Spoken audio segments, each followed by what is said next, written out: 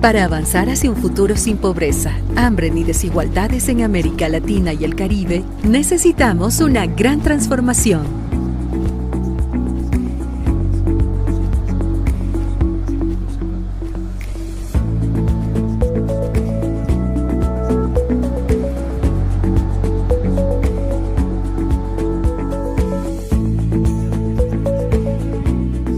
Nuestros sistemas agroalimentarios deben ser más eficientes, más resilientes,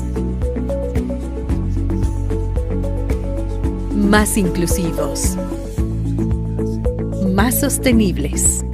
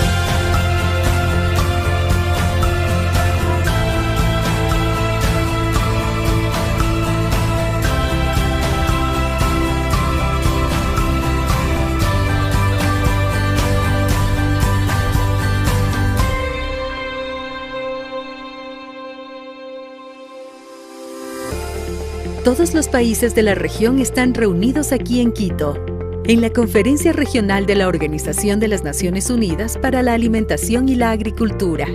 Súmate a nosotros y forma parte de este gran cambio. Y ayúdanos a impulsar una mejor producción, una mejor nutrición, un mejor medio ambiente y una mejor vida sin dejar a nadie atrás.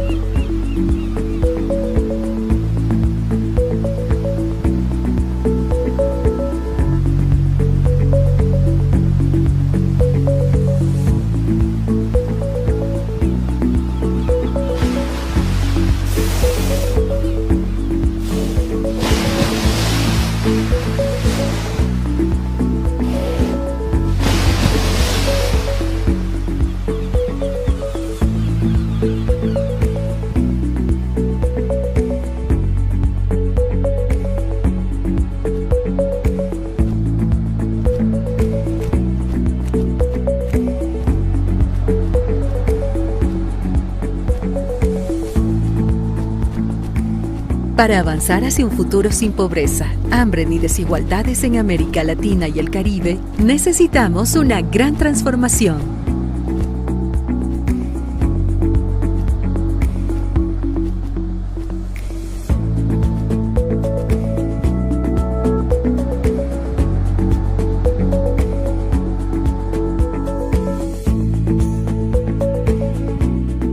Nuestros sistemas agroalimentarios deben ser más eficientes, más resilientes, más inclusivos, más sostenibles.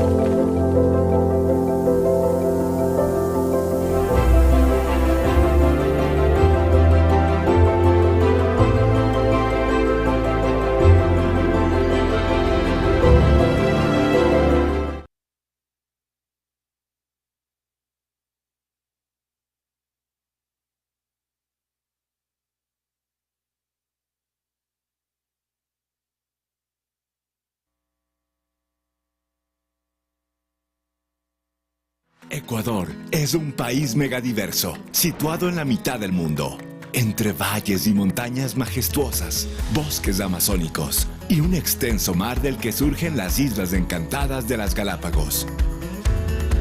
Posee un invaluable patrimonio agroalimentario, construido por hombres y mujeres que trabajan la tierra y custodian los paisajes productivos y los recursos naturales, garantizando la seguridad alimentaria.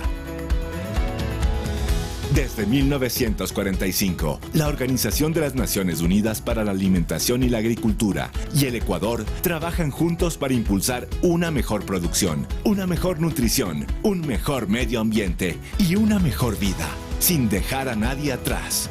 Una mejor producción, más eficiente y sostenible, gracias a la innovación y la agricultura digital, facilitando el acceso equitativo a los recursos productivos para los pequeños productores familiares y la pesca artesanal. Una mejor nutrición, gracias a programas de alimentación escolar y educación alimentaria, que incorporan el consumo de alimentos frescos y locales provenientes de la agricultura familiar. Un mejor medio ambiente, mediante la recuperación de la biodiversidad, prácticas productivas ancestrales y la gestión sostenible de los recursos naturales, de los bosques, de la tierra, del agua y de los mares. Una mejor vida, gracias a la transformación rural e inversiones orientadas a través de la iniciativa Mano de la Mano, que construyen sociedades más prósperas e inclusivas, para que tanto mujeres como hombres cuenten con herramientas y servicios que les permitan aprovechar todo su potencial. Después de 73 años, Ecuador vuelve a ser la sede de la Conferencia Regional de la FAO para América Latina y el Caribe. Les damos la bienvenida al país de los 4 mundos, cuya gente trabajadora y amable está construyendo sistemas agroalimentarios más eficientes, inclusivos, resilientes y sostenibles para las generaciones presentes y futuras.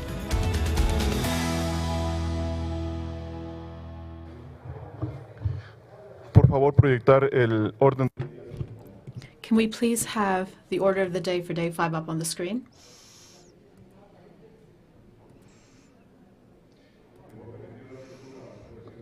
If I may, Chair, I'll read out the order of the day for day 5. At 8:30, now that is, we will start the day with the statement by the Chairperson of the Committee on World Food Security. At 9 o'clock, we'll have the summary of the recommendations of the regional commissions. At 10, any other matters.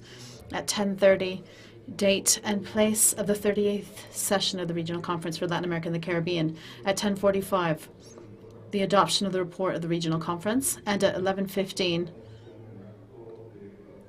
we will begin the closing segment with a statement by the Director General, and then we will proceed to close the conference. Please let me remind you that this order of the day is available in the 3 official languages on the platform for the Regional Conference, which the participants of the conference have access to. That's all for now, Chair. Muy buenos días. Good morning to all delegates of member countries, official observers, spokespersons from non-governmental organizations. I submit to the delegations the order of the day for approval and would like to invite delegates to make any comments they have.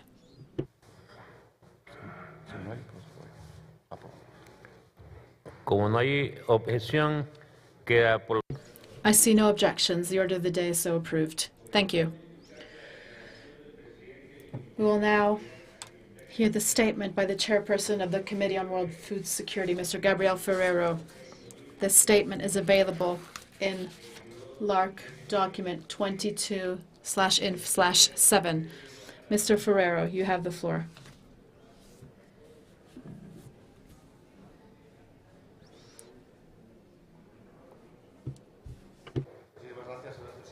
Por favor, micrófono de la Could we please have a microphone for the speaker? Gracias. Thank you very much, Chairman. Honorable Ministers, Excellencies, distinguished Director of FAO for Latin America and the Caribbean, Dear colleagues, it's a real pleasure to address you all today, the last day of the conference, and I'd like to take advantage of this opportunity to congratulate the Minister, FAO, and all of you for this very successful conference. I'd also like to thank the Director General, Dr. Chu Dong-yu of FAO, for having invited the CFS chair to this regional conference of FAO. I was also invited to the other regional conferences. Dear colleagues, we met just over 2 years ago, after the beginning of the COVID-19 pandemic, which has had a severe impact on the world. As we begin to see light at the end of the tunnel, we now have to face the impact of armed conflict in Ukraine. This is yet another conflict which affects all parts of the world. Regretfully, this will have a systemic knock-on effect on the use and stability of food and food supply, and will severely impact, above all, the poorest and most vulnerable people in the world. We need to do everything within our power everywhere in the world to respond to the immediate impact, to preserve our harvests, especially from smallholder and family farms, and at the same time to preserve our vision of transformation of food systems toward food systems that cover all three dimensions of sustainability. Your countries and your leaders have taken steps to address the impact of the pandemic on their food systems, and I'm sure that they will show the very same leadership now that this conflict calls on us to provide yet another response vis-à-vis our food systems and food security. Dear colleagues, the CFS, which I chair, was set up in 1974 and reformed in 2009. It is an intergovernmental body that provides a forum for our governments and all stakeholders to come together to tackle the severe food crisis that the world faced back then and face long-term challenges with the view to achieving food security and nutrition security for us all so that we can achieve resilient, efficient, and sustainable food systems. The CFS is a forum designed by us where we can design and agree on policies and achieve agreements among our governments on difficult matters. The committee is now made up of 133 members, most of whom and most of us here today are members of the CFS. We work with civil society, the private sector, indigenous peoples, producer organizations, farmers organizations, international research organizations such as the CGIAR, IFIs, and the UN Development System, of course, and above all, FAO, IFAD, and the World Food Programme, as well as other parts of the UN system. In 2009, our governments began to agree within the CFS on shared policies that are cornerstones of the proper functioning of food systems and providing a response to crises such as the crisis that we now face. These policy agreements include the voluntary guidelines on the responsible tenure of land, fisheries, and forests, the RAI principles on responsible investment, agricultural investment, the framework for action in protected crises, policy recommendations on climate change, on biofuels, on water management, and on connecting smallholders to markets, and many, many more agreements we've achieved in the last several years. I'd like to share with you a few thoughts that have struck me, having listened carefully to the very rich debates held here, which also have a bearing on how the CFS can be useful in achieving the four betters that FAO sets out in its strategic framework in your countries. Firstly, for better production, I have seen that there's a broad recognition of the fact that small-scale and family farming are, for all of us, the cornerstone of the most resilient value chains and rural prosperity, and generally speaking, the sustainable management of natural resources and our territories. They lie at the very core of inclusive and equitable food systems, with the ability to provide healthy food while also reducing poverty in the rural-urban continuum. Along with the guarantee of decent work across value chains and connections to markets, this is the key to achieving SDG 1, eradicating poverty, and SDG 2, a zero-hunger world. If we also work on empowering rural women, that impact will be multiplied, and we can also achieve SDG 5. That's why it's crucial that we ensure that small-scale and family farming are at the heart of the global response to the crisis we face. In order to improve productivity and small-scale and family farmers' participation in value chains and access to markets, the RAI Principles for Responsible Agricultural Investment, approved in 2014, as well as policy recommendations on connecting smallholders to markets, approved in 2016, are very useful tools. Secondly, turning to better nutrition, I'm very pleased to say the degree to which we've internalized in just a few years the importance of adequate nutrition in the first years of life, as well as the need to put an end to the obesity pandemic, which hampers our life expectancy and affects our health budgets. Many of our governments, I must recognize, have ambitious programs and policies in this domain in full alignment with the voluntary guidelines on food systems and nutrition, which we agreed on in the CFS last year. Now, for a better environment, the policy recommendation the CFS approved on agroecology and other innovative approaches for sustainable agricultural development, approved in June 2001, also provide guidance to our governments and all stakeholders, the private sector and civil society, for instance, to strengthen these approaches toward diversifying food systems, which are extensive across the region. The transition toward more sustainable agri-food systems is not easy and entails a great deal of political complexity. I would invite you to consider making use of these policy recommendations to backstop your efforts at times where the political complexity makes our efforts even more difficult. Fourth, better life. Our efforts will all fall short if they fail to respect the rights and improve the lives of food workers, smallholders, young people, women, consumers, indigenous peoples, and other marginalized people.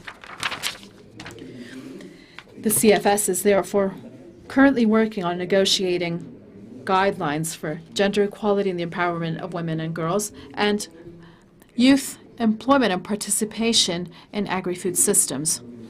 I would encourage you, as you are already doing through your delegations in Rome, to take an active part in this work. Colleagues, the integral nature of the SDGs means that integrating our policies, public and private investment, ministries, institutions, local and national levels are essential.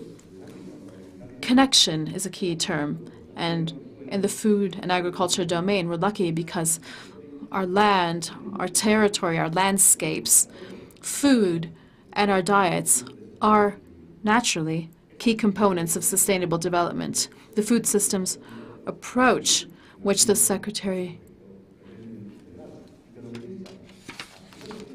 Director General very successfully advocated for in the Food Systems Summit, encourage us to not look at things in a vacuum.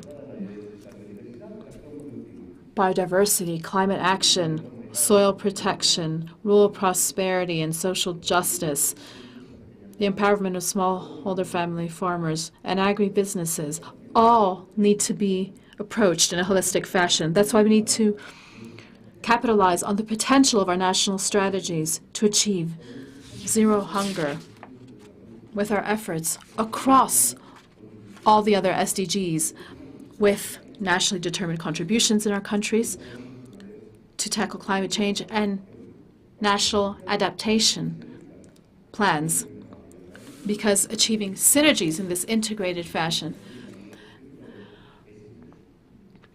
means that we have a great deal of leveraged potential.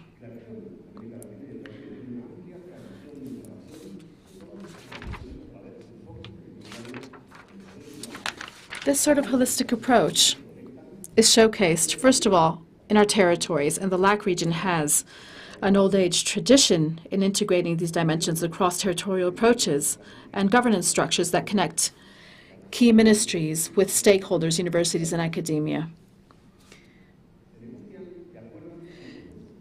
Now, ladies and gentlemen, the policy guidelines that the CFS has negotiated and approved, which I've highlighted, are the fruit of an inclusive process which has seen your senior officials take part in your capitals and through your representatives in Rome. These are tools at our disposal to inspire and support your policies, strategies, legislations, normative frameworks, business models, of course, adapted to the circumstances and context on the ground.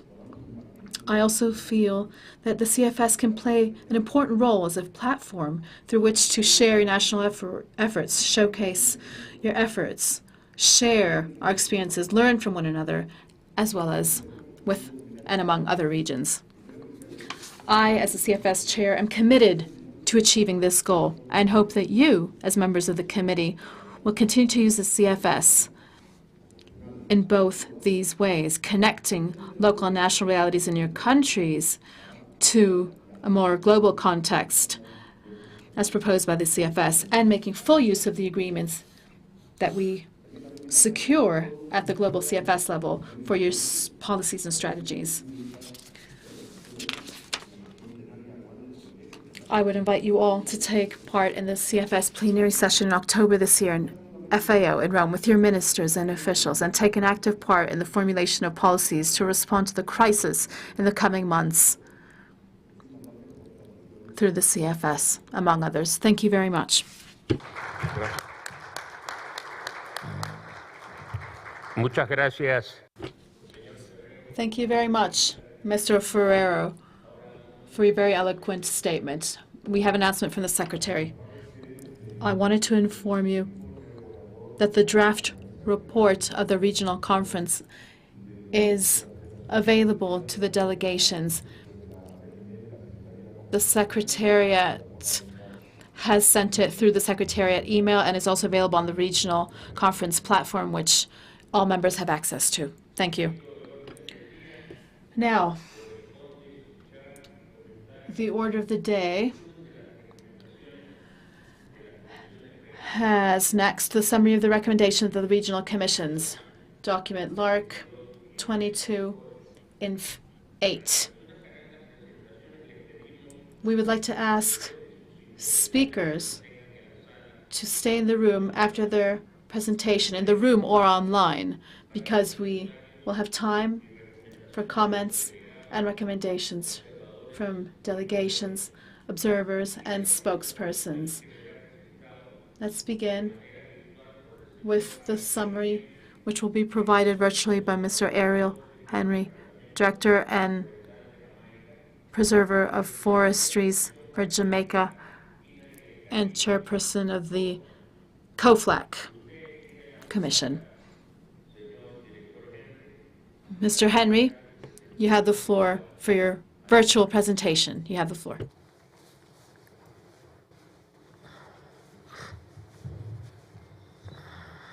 Good morning. Morning. I will share my.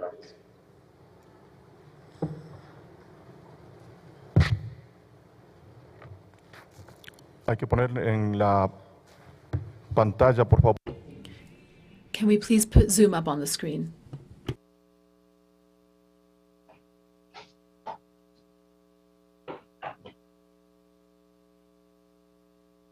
We are ready, Mr. Henry. Thank you very much. All protocols observed. As this is my first time taking for allow me to congratulate the government and people of Ecuador on what has been and what I'm sure will continue to be the successful staging of this very event. I also take the opportunity to congratulate the chair, vice chair, and rapporteur on their election. I'll now do a brief presentation, a summary of the 32nd Latin American Caribbean Forestry Commission meeting. The government of Jamaica was proud to have hosted the 32nd session of the LACFC virtually from the 6th to 10th of September 2021. Virtual platform allowed wide participation, more than 200 people from 32 member states, 31 from Latin America, Caribbean, and the United Kingdom, and 22 observer organizations. 6 were agencies of the UN system, 16 international, intergovernmental, and non-governmental organizations. The discussions were rich, and recommendations were made on issues related to climate and environmental finance, restoration of forests and other ecosystems, integrated fire management, integration of forestry in food systems, forest data, and information. There was also intersectoral policy dialogue. The recommendations coming from the LACFC to this regional conference were as follows. Consider food security, agriculture, forestry, and other aspects of rural development in an integrated manner. 2. Include the forestry sector, national development plans to promote rural livelihood opportunities. Sorry, Mr. 3. Henry, could you Strengthen strategies and coordinate actions to prevent deforestation. 4. Promote the inclusion of trees in agriculture through agroforestry and silvopastorals. Promote sustainable forest management for climate change mitigation and adaptation and community empowerment. 5. Support the creation of enabling conditions for the management and mobilization of financing to facilitate the restoration of productive landscapes. 6. Highlight the subject of forest fires and promote the integrated management of fire in agricultural and forestry systems. Allow me to now draw your attention to some specific recommendations with respect to the future operations of the LACFC. The first is to synchronize future LACFC meetings with the schedule of this regional conference. As such, the next LACFC session is tentatively set for the second trimester of 2023. This will allow for the provision of timely inputs from this session to the regional conference in 2024. 2, the participation of the LACFC chair in the regional conference to provide an opportunity to first, optimize the interaction between the LACFC and the regional conference. Second, strengthen cross-sectoral policy dialogue. And third, ensure that important regional forestry issues are incorporated into the regional conference agenda. The delegation of the Ecuador, as confirmed by the minister this week, expressed its interest to be the host country of the 33rd session of the LACFC, as mentioned before, scheduled for the second trimester of 2023.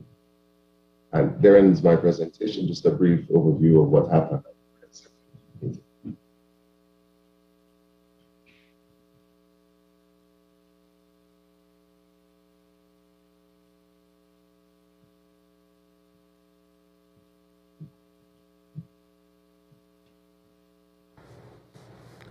Muchas gracias, señor.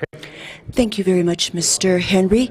We have taken note of your interesting presentation. We will proceed with the virtual presentation by Mr. Fernando Matos, Minister of Livestock and Agriculture of Uruguay and Chair of the Commission of Livestock Development for Latin America and the Caribbean, GODEGALAC. We have 5 minutes for his presentation. You have the floor, Mr. Matos.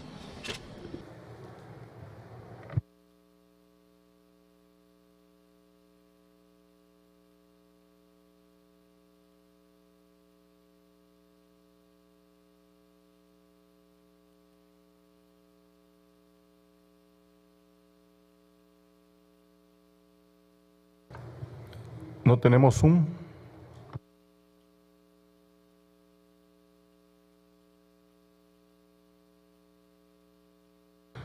Adelante, señor Matos. Go ahead, Mr. Matos.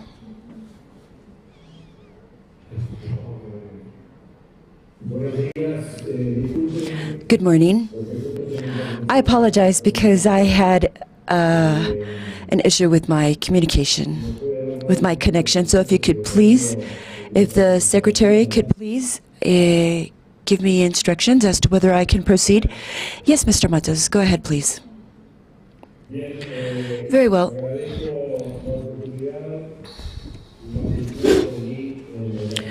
I appreciate the opportunity, and we will be talking about matters related to Kodegalac. First of all, we would like to congratulate the organization and Ecuador and my colleague, the minister, in regards to the organization of this event,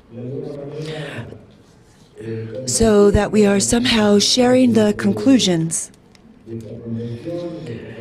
of this convention, of this regional conference, and co-transmitting the concern on the impact on food systems in this current situation that we're going through. Given the impact to the regional economy in what refers to the cost of inputs, the strong impact that is going to exist on productive systems, the prices, the costs of inputs for production, and that obviously threatens the viability of food systems and productive systems as well. We have already participated at the beginning of the session regarding the concerns and the availability of fertilizers. But to this, we have to add all the increase in foodstuffs prices, especially attributable to the most intensive productions, such as grains. Beyond the exponential price increase in energy, fuels, and production systems in general. Clearly, the elevation, this increase to record levels in the prices, the costs of food, has brought a series of factors with it, of distortion, for example, to which we must add climate effects, logistics issues, for example, with maritime and international transportation. And to all of this, we have to add a world inflation process that is exacerbated now in these circumstances, that is a very difficult situation, especially now with this war in Europe, which is the most serious one, of greatest impact, amplitude, and with consequences that are still very difficult to calculate, and 67 years after World War II. Evidently, this places pressure on systems. It generates an enormous process of uncertainty. And clearly, once again, the United Nations system should be one that could shed some light on the lack of horizon and perspectives in a situation today in which we are suffering very high cost prices, but with the uncertainty of the future.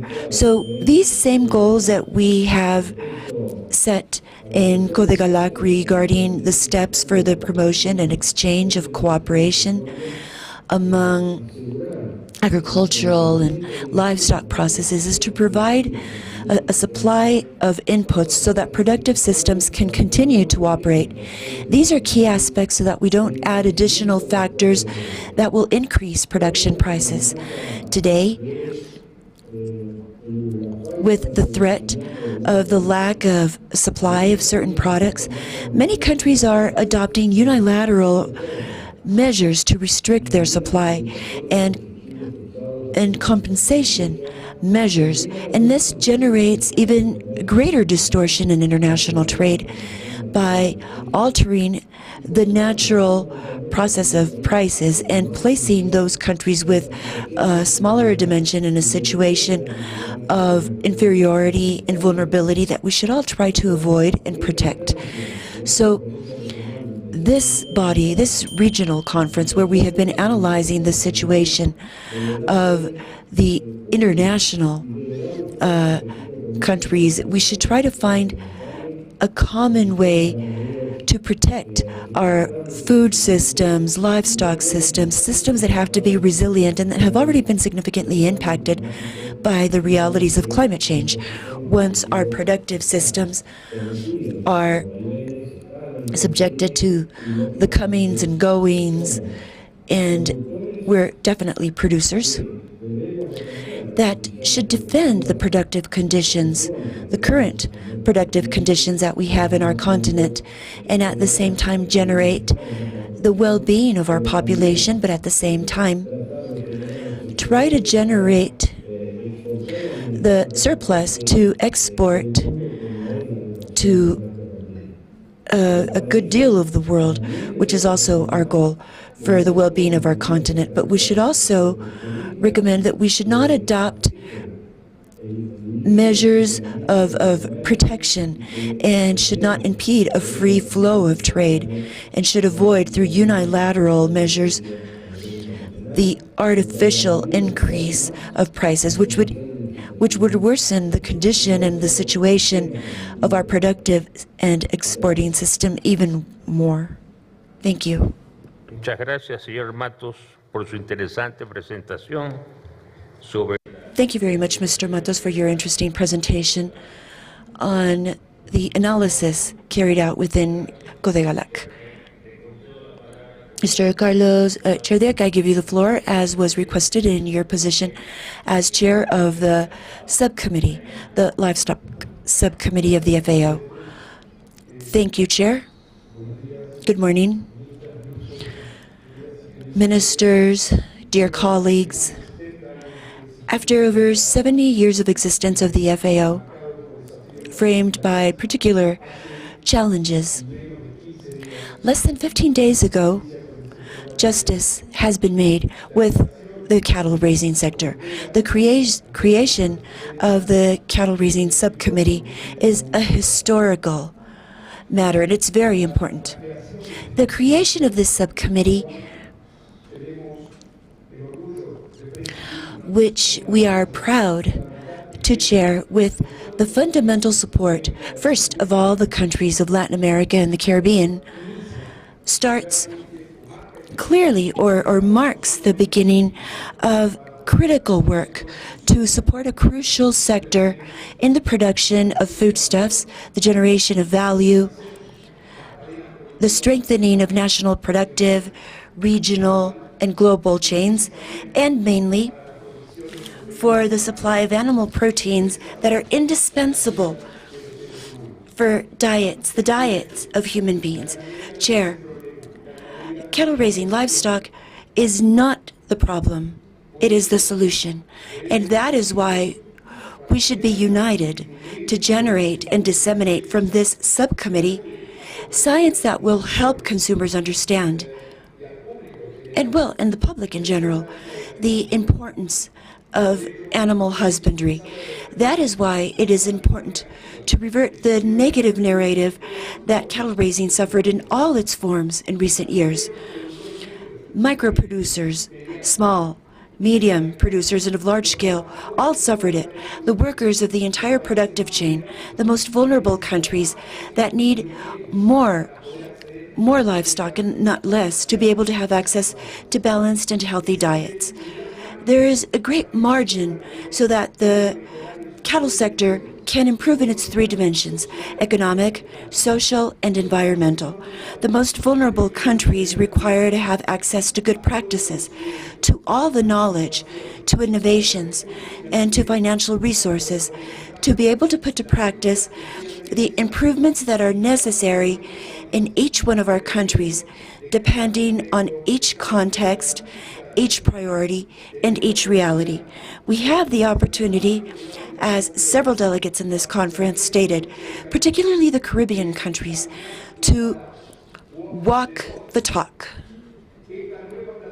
This new platform is at the service of all our countries, particularly the most vulnerable ones.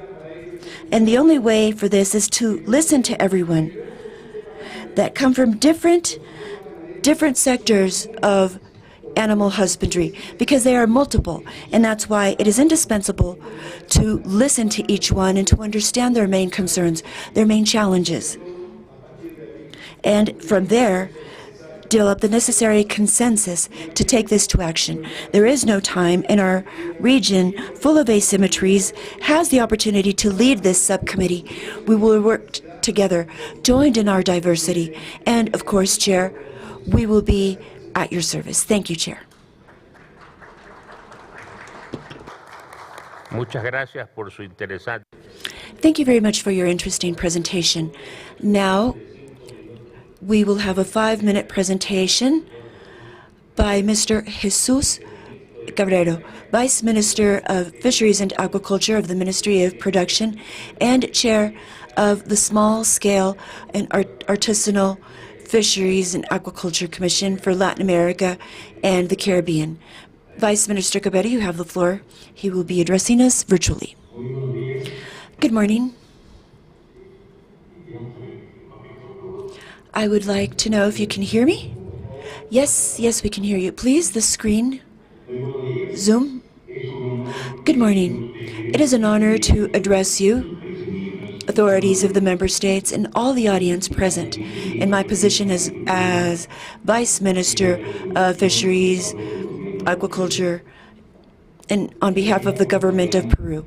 On this opportunity, we are here to share with you the recommendations of the Small-Scale Artisanal Fisheries and Aquaculture Commission after its 17th session held in 2021 in our country, Peru. In that sense, I'm now going to proceed to share with you the recommendations of the aforementioned commission. 1. Regarding the recommendations of the 17th COPESAL meeting regarding the FAO's work, to continue with the technical assistance of the FAO to member states in the framework of the Blue Transformation, to contribute to resilience of agri-food systems, fisheries, and aquaculture, and accelerate the recovery processes of both sectors in the post-pandemic. 2. Assist the members in the consolidation of their capacities and systems in the use of information, biological, fisheries information, so that there could be a sustainable use of fisheries resources and reach SDGs 14.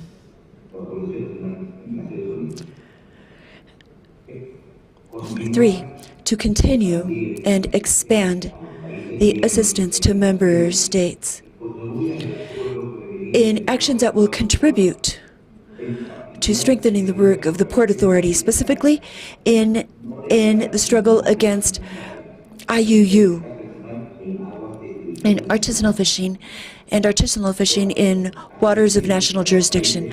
4. Assist the member states in the strengthening of small-scale aquaculture through the improvement of access to sustainable innovation and technology that will improve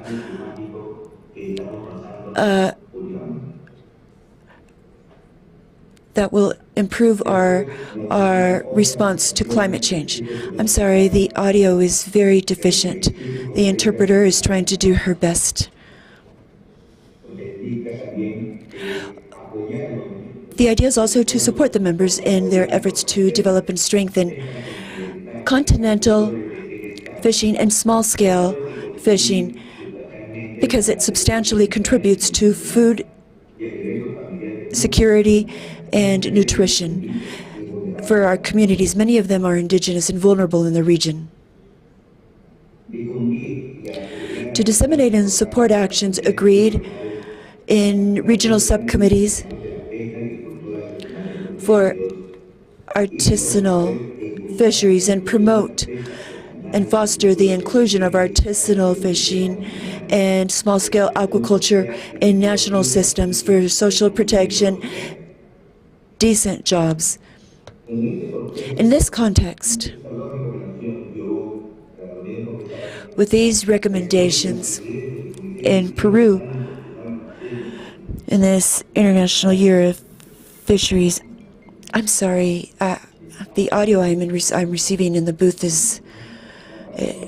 does not allow me to interpret adequately.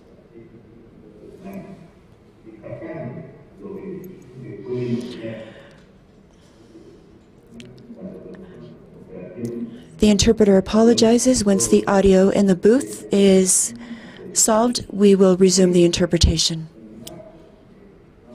Se ha elaborado un plan de acción mundial, el cual ha sido estructurado en torno a 7 pilares de trabajo que incluyen la sostenibilidad medioambiental, económica y social, la gobernanza, la igualdad de género, la seguridad alimentaria y la nutrición y la resiliencia.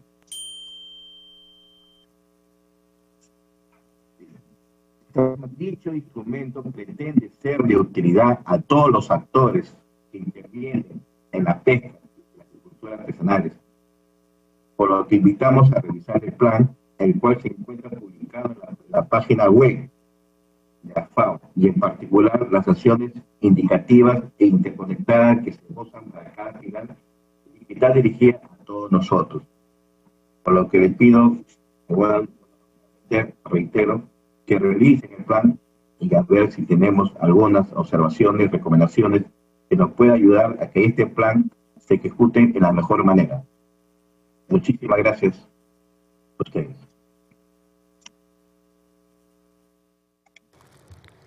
Muchas gracias, señor.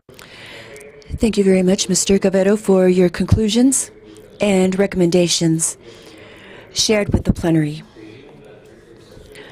We will continue with the presentations of this segment with a summary of Mrs. Silvia Andrade, coordinator of the National Agricultural Survey of the National Institute of Statistics and Census of Costa Rica, who led the meeting of the FAO, OAS, CIA, ICA worker group on agricultural statistics for Latin America and the Caribbean held in July 2021.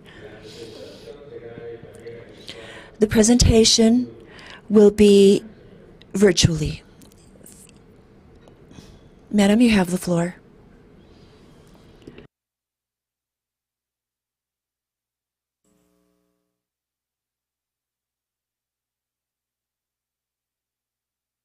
Buenos días a Good morning, ladies and gentlemen.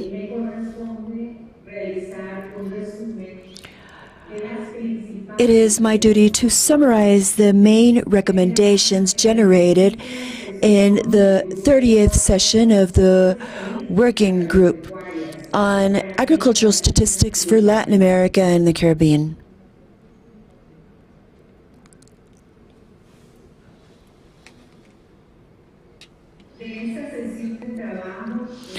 From this working session, in which several countries of the region participated, the fact that there are large gaps regarding the statistics of agriculture and food security, and these gaps are jeopardizing the advances in the region. So we recommend to prioritize digitizing of the agricultural sector, but also the digitizing and modernization of agricultural statistics systems through the adoption of innovative methods and sources, alternative sources of information, with a view to produce data of higher data and relevance. as well as reinforcing the need to assign national resources to overcome that lack of data and provide more timely statistics at low administrative levels. With the inclusion of data on vulnerable populations to maximize their use in the development of policies based on data, on statistical data.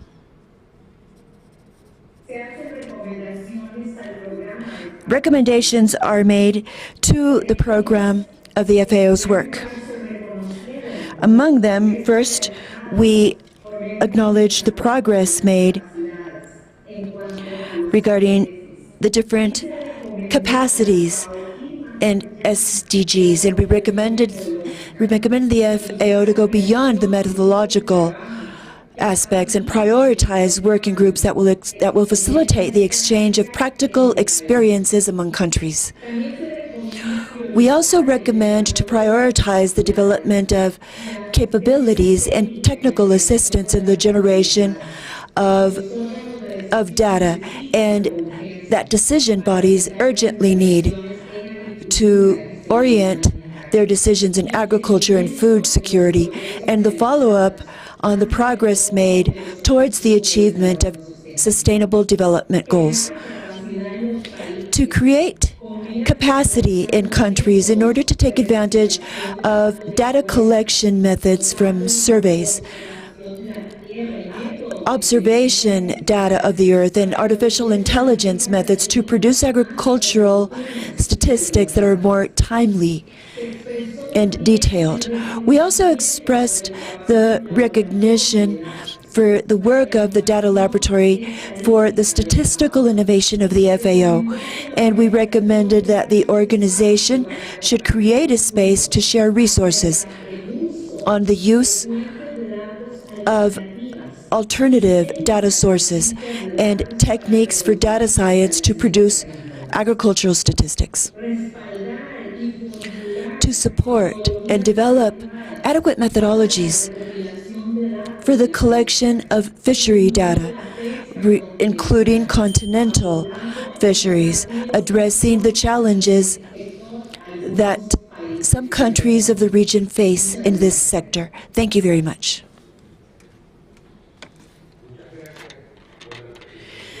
Thank you very much for the presentation of the results of the group's work. The recommendations of the Fisheries Commission for the Atlantic and Western Center, because the meeting that had to be held in 2021 will be held in July 2022. So we are going to hear the comments, suggestions, and recommendations of the plenary. We ask you to please register your comments by raising your hand, pressing the right button of the microphone, or in Zoom to give you the floor.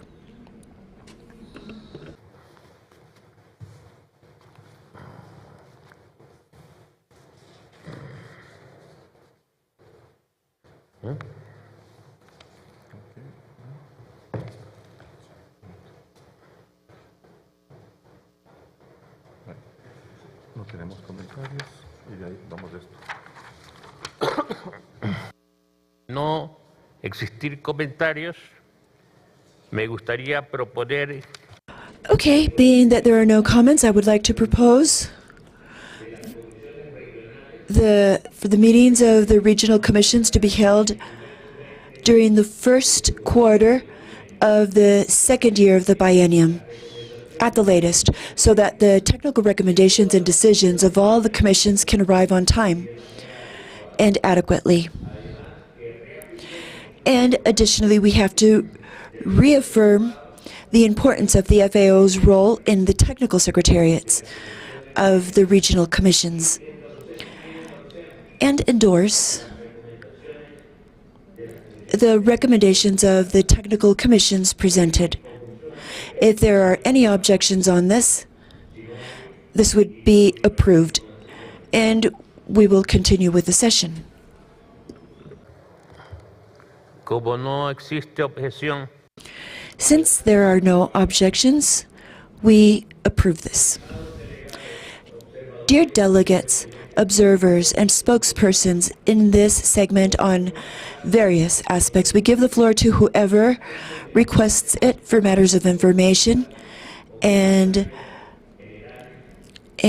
general questions, comments in plenary. We ask you to please register your participation by raising your hand, pressing the right button on the microphone, or by Zoom to give you the floor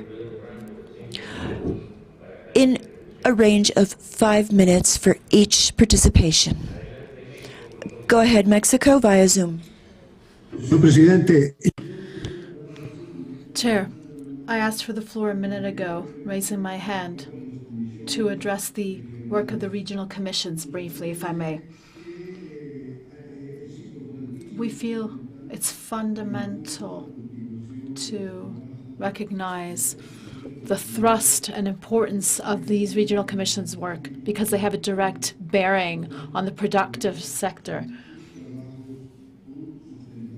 Therefore, lending sustainability to their work is also key.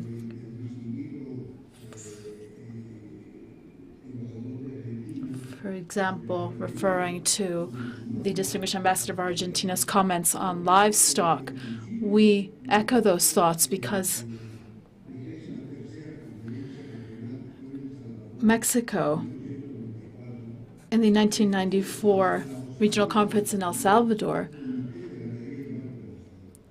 dared propose a livestock committee for FAO. At that time, it was felt that there wasn't enough of a budget to set up that sort of body.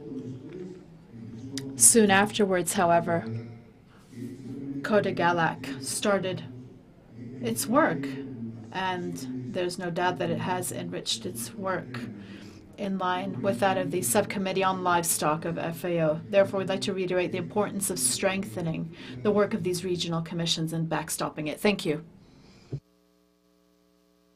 Le agradece a México. Thank you very much, Mexico, for your statement. Let's go back to other matters. Any other matters?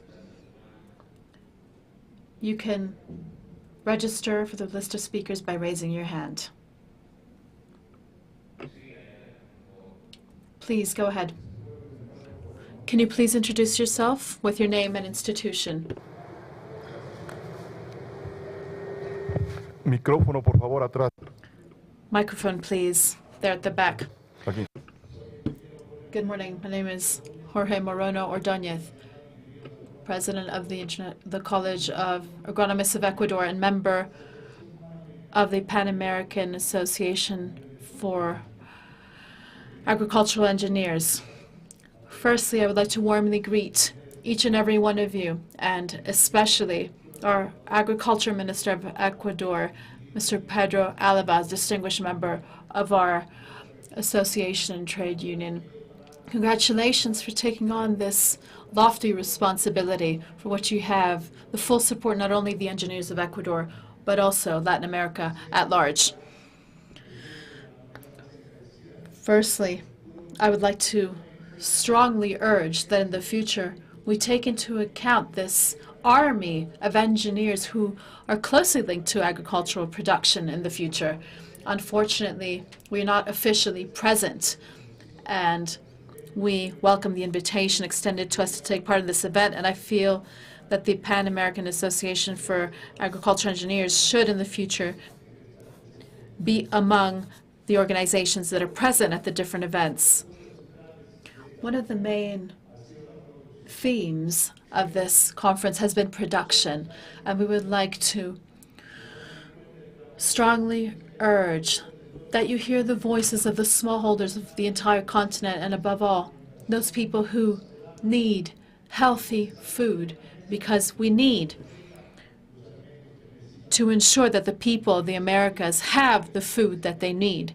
Therefore, we would like to firmly reiterate the need to prioritize production to feed the people, of course, combined with food exportation. But the priority needs to be feeding our people. Secondly, on the contribution that the agriculture sector can make to controlling the effects of climate change on our planet. We feel it's necessary for FAO to take into account the possibility of coordinating at the continental level and in each country the integrated, sustainable, and constant management of watersheds, which are the basis for countering the severe effects of climate change at the global level. We hope that these suggestions and views which we respectfully submit to you, representatives of our people in the Americas, can be taken into account for your consideration and hopefully also implementation. Thank you very much, Chairman. I wish you every success in fulfilling your tasks. Thank you very much, distinguished colleague. A continuación. Now we have Ms. Laura Hernandez, spokesperson for civil society, private sector, and the scientific and academic sectors. You have the floor. Good morning. Thank you for giving us this opportunity to convey a message, a joint message from all three sectors, civil society, academia, and the scientific community and the private sector. The spokespersons from all three sectors would like to convey congratulations for having us as observers at the 37th Regional Conference of FAO for Latin America and the Caribbean. As we have already said, the COVID-19 pandemic has enhanced inequality, poverty, and food insecurity in the region. Therefore, now, more than ever, it is crucial that we have an open, proactive dialogue among states with civil society, academia, and the private sector. Each of these sectors has their own perspective and a working agenda relating to food and agriculture. Despite this diversity, we can all work together with a view to guarantee more efficient, inclusive, resilient, and sustainable food systems.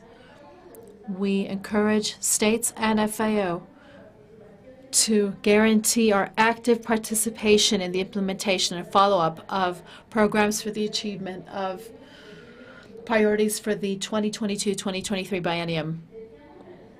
We want to conduct coordinated work with states and FAO so that we can have a voice in the implementation of the Strategic Framework 2022-2031. We therefore feel that our participation shouldn't end with the closing of the conference. To the contrary, we would like to have ongoing, standing participation in other events. We feel it's important that we guarantee equal participation on our part so that we can hear a diversity of proposals. We should aspire to find common ground and a balance so as to define paths for development with each country. The goal is broader, the eradication of hunger, especially for those population groups whose right to food has not been realized. We need for our communities and people to have governance over their own natural resources so that they can manage their own food context, so that we can achieve better production, nutrition, environment, and a better life, leaving no one behind. We, as civil society, academia, and the private sector, are committed to continue to build public policies that benefit the well-being of smallholders, family farmers, indigenous peoples, aquaculture farmers, and many other groups that have already been mentioned in the conference who are strategic actors in our societies. Lastly, we would like to express thanks for the opportunity to take part in the regional conference and reiterate our commitment to continue to pool our efforts to achieve the well-being of all. Thank you very much. Muchas gracias, Laura. Thank you very much, Laura. We now have Jairo Flores from the Parliamentary Fronts Against Hunger of Latin America and the Caribbean. Jairo, you have the floor. Thank you very much, Chairman. I'd like to thank all the participants in this important event. More than a statement, and as representative of the Parliamentarian Fronts Against Hunger of Latin America and the Caribbean, I have a few comments on what's happened here and our commitment that we have here in each of our countries. I welcome, congratulate, and view with a great deal of optimism what was presented by the representatives of countries and advances that have been made in topics and areas such as better production, better environment, and how to achieve better production, and how this can translate into an impact for the most vulnerable populations. I'm thinking of a report by the UNDP on some structural elements that have increased poverty and extreme poverty. And essentially in countries in regions such as Central America, where we have chronic malnutrition indicators that go from 20 to 46% in the child population, these indicators threaten the future of our nations and, above all, forge a path for poverty and inequality. Now, as our representative of Brazil was saying, public policies and regulatory frameworks that allow us to advance toward achieving some of our goals are key. That is why we make available to you the Parliamentary Fronts Against Hunger, so that we can work on draft laws to improve our approach to food losses and waste, so that we can achieve better results. We also make available to you oversight when we talk about budgetary matters. Above all, there are often budgets. However, the quality of expenditure itself doesn't reflect a positive impact through indicators. This oversight needs to go hand in hand with norms, with regulations, and optimal resource use, institutional coordination, which, as some of you have said, need to be interministerial policies for effective coordination. This coordination also needs to exist and be supported by Congress people and civil society, but also state organisms. There's therefore a need to generate this pact, which we have proposed and mentioned before, an Latin American Caribbean Pact, which will seek to achieve an impact toward zero hunger and indicators on child malnutrition and others, but also for us to seriously quantify the impact of investments through our existing policies and programs. We believe that there's a need for much better coordination among the bodies that we represent as observers and government bodies, so that we can achieve better results. The reason we make this remark is that it was difficult to achieve some SDGs before, and it was difficult. It was always going to be difficult to achieve zero hunger by 2030, now that we have the impact of COVID and also the impact of a war.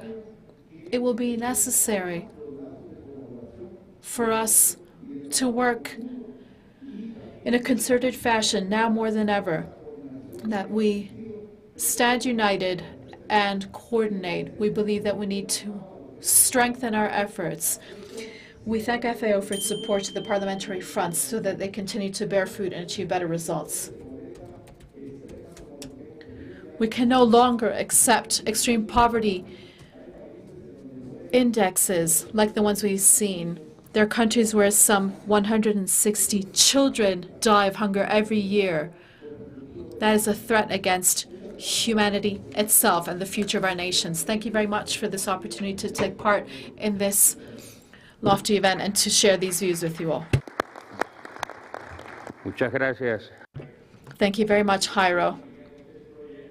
We now have Maria Jose Troya, representative of Consumers International. You have the floor. Good morning, Chair, representatives of delegations, both from states and civil society. We from Consumers International would like to express thanks for involving us and including us in this very important regional conference. I think some of the lessons this conference has left us with need to be implemented by all the representatives present here today in the different fora where they have an influence, as well as in civil society. We as Consumers International feel it is paramount that we address sustainability, the environment, and the sustainable management of agriculture, fisheries, and livestock. We think that the importance that consumers have due to our presence and influence on markets were well reflected. We also believe that consumption habits need to be sustainable, respectful, and solidarity-based. What exactly does that mean? That we consumers with our behavior can change many of the scenarios we currently face.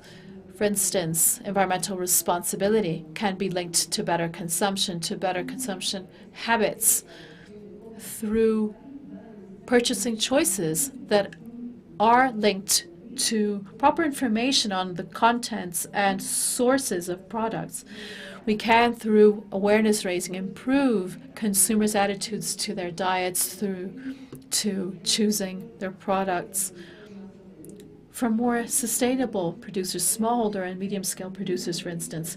We as consumers can also influence public policies with our requests for change in these consumption habits and, of course, production habits. We need to be responsible as consumers vis-à-vis all environmental and future-related matters so that there is sufficient production and there can be sufficient supply of food and other goods that affect us all. These are our thoughts as we come to the end of this conference. We'd like to thank the FAO for this opportunity to take part. Thank you very much. El señor presidente se ausentó. The chairperson has left for 2 minutes. He's on his way back and asked me to let you know that Ms. Atilia Cordero will take the floor on the Right to Food organization. Thank you. Muy buenos días. Good morning, everyone. We'd like to thank those of you up on the podium. Thank you very much for inviting us to take part in the regional conference. This conference has seen major efforts on the part of all states.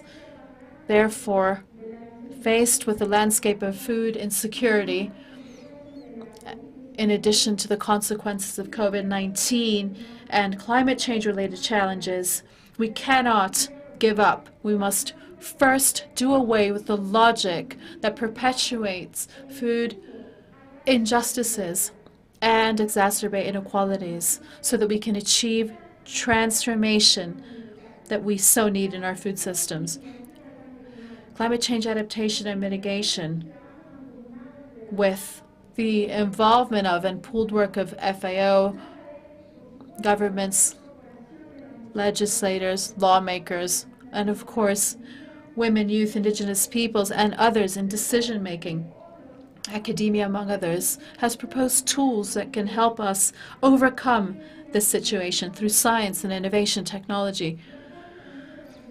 Also recovering ancestral knowledge, but this will only bear fruit if we work together. Also, at the individual level, we need to change our behavior. Once again, from the Observatory on the Right to Food of Latin America and the Caribbean, we reiterate our commitment to supporting agri-food system transformation. Science and innovation are key to improving the lives of people, improving nutrition, production, and the environment. Universities and research centers in the region are committed to keep cooperating to achieve this, leaving no one behind. Thank you.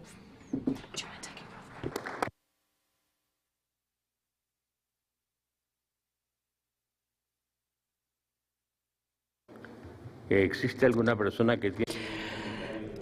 Are there any comments on miscellaneous or various topics? Okay, so we close this session and we'll continue with the order of the day. So now we have to discuss the date and place of the 38th Regional FAO Conference for Latin America and the Caribbean. And on this, I will give the floor to the delegation of Guyana. Please, you have the floor. Very much, Chair. First of all, I must say that at the onset, I want to, before I made any announcement for Guyana, please allow me to convey commendations to the government and people of Ecuador. And I think when I say that, I'm expressing the sentiments of all of us who have attended this conference over the last few days, for the sterling preparation made for the hosting of this conference, and for the kind courtesy extended to us. I also express appreciation to the Director General of the Food and Agriculture Organization, along with his team, for their support towards the successful convening of this conference. With that said, Mr. Chair, I would like to say that Guyana is volunteering to host the 38th conference of the FAO for Latin America and the Caribbean in 2024. Gracias.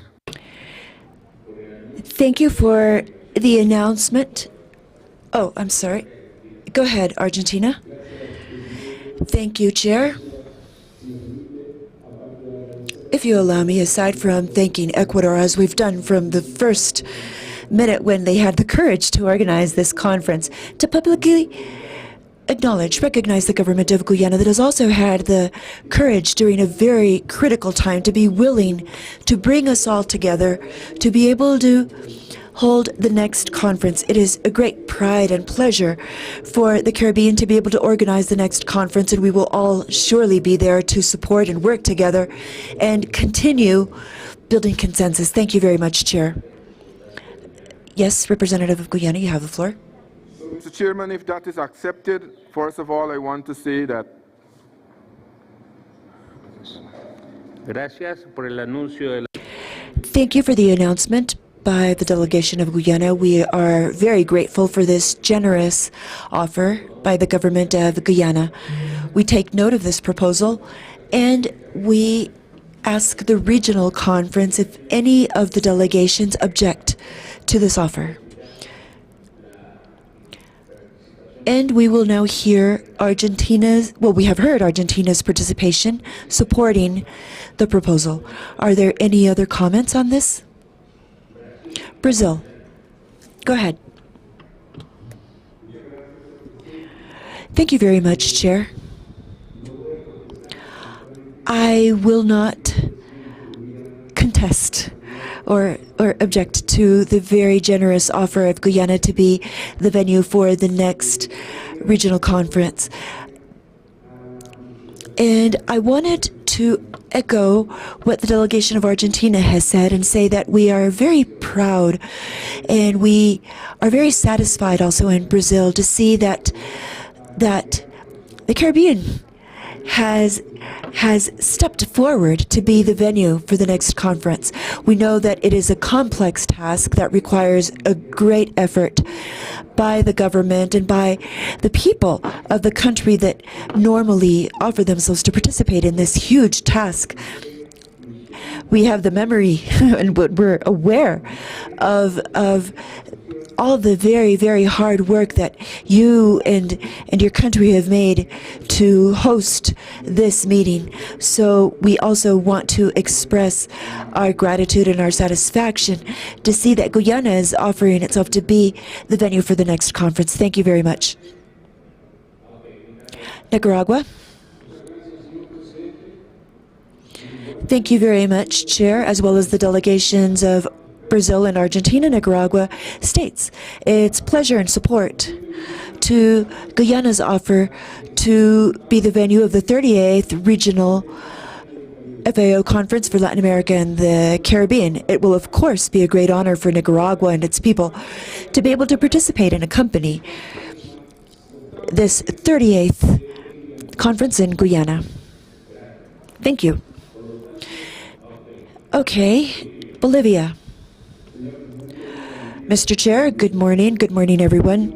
In the same way, we also support the possibility to be able to visit and in 2 years meet in Guyana. We will surely then be evaluating the results of what will be done in the International Year of Camelids. So we will have commitments by both sides of the Andean region, the Caribbean. So 2024 will be a very interesting year where we will be able to talk about all the activities that will be carried out in the region. So I echo the position of all the other delegations, and we support the motion by Guyana to be the venue. Thank you. Microphone over here, please. Hello? Yes, go ahead, Mexico. Chair, the delegation of Mexico also sees with pleasure, and from the beginning in which Guyana stated its intention, we fully agreed, because the previous regional conference was in Central America. This one now is in Ecuador. So I think that the area of Guyana is absolutely adequate, and I think that it will also allow us to pay special attention to the different thematics that island countries and all nearby countries are facing regarding what they've mentioned on their vulnerabilities. So this will allow us to pay closer attention to this. Aside from the performance of the distinguished delegate of Guyana as chair is a guarantee of the good conduction that the 38th Regional Conference will surely have in Guyana. Thank you very much. Next, Chile. Oh, no, it's Colombia. I'm sorry. Yes, thank you very much, Chair. Well, first, I would like to once again congratulate Ecuador, congratulate you, Mr. Chair, for this magnificent conduction of this regional conference. Our recognition for this, and of course, Vice President of Guyana for the excellent conduction. For Colombia, it is a pleasure to accompany and to support the proposal by Guyana. We know that the organization of a conference such as this one implies full-time dedication, and for us it would be a pleasure to accompany in that new meeting. Thank you very much. Thank you, Colombia. Now, Ecuador. Thank you very much, Chair. First, I wanted to thank our distinguished colleagues present here for their expressions of friendship towards the country, for having organized this meeting. When this week started on Monday, I had mentioned the satisfaction of having you as chair for your leadership. And at the end of this meeting today, I reiterate that and your conduction on the very important matters that have been discussed in this session: climate change, undernutrition, what generates regional vulnerability, climate change, etc. This implies a lot of coordination, and therefore I want to thank and congratulate the Ministry of Agriculture and Livestock that has had a very good organization together with the Secretariat of the FAO to have success, not only in logistics, but also substantive success. So Ecuador is also very pleased with Guyana's proposal to be the venue for the next conference. We're sure that the same leadership will be seen, and we will be able to address matters of regional vulnerability. And after all these positive statements in this room, I would propose that this proposal by Guyana to be accepted by acclaim, by general acclaim. Thank you.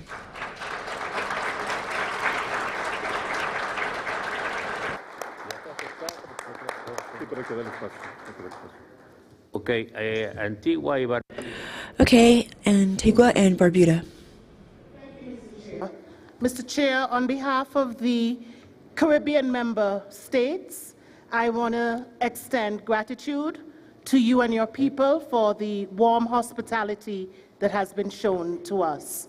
In addition to that, Mr. Chair, it gives us great pleasure to support Guyana on hosting in 2024.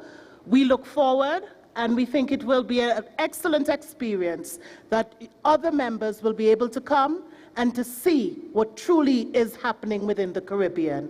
We welcome you and look forward to seeing you in 2024. Thank you very much. Adelante. Okay, Sufika Mustafa, you have the floor. Very much, Mr. Chair, Excellencies, dear colleagues. The government and people of Guyana are extremely honored to receive the endorsement of member states of Latin America and the Caribbean for Guyana to host the 38th session of the FAO's Regional Conference for Latin America and the Caribbean in 2024. Guyana is the only country that touches South America and connects the Caribbean. The only English-speaking country in South America and big part of the Caribbean. So when you attend the conference in 2024, you'll attend both in Latin America and the Caribbean. Both that is a truly Latin American and Caribbean country. I want to express sincere appreciation to your respective governments on behalf of His Excellency President, Dr. Mohamed Irfan Ali, for the invaluable support given to Guyana and for the confidence you have reposed in us to serve as hosts of LARC38.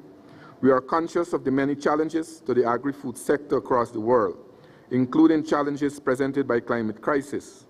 We are conscious, too, that the greater coordination and coherence can result in many opportunities and innovations for addressing those challenges. Guyana is therefore committed to providing space to further this coordination among the countries of our region and for the sharing of experience with a view to promoting stronger agri-food sector across our country, guided by global policy objectives.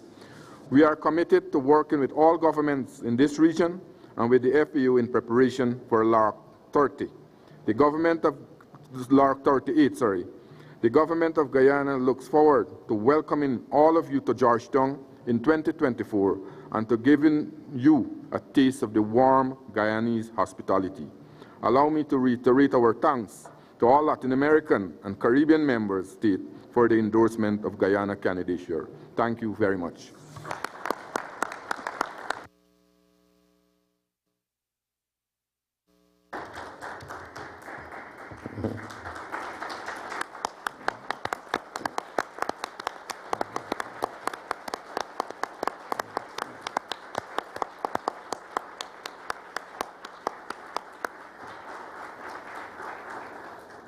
Muy bien, habiendo sido por acá.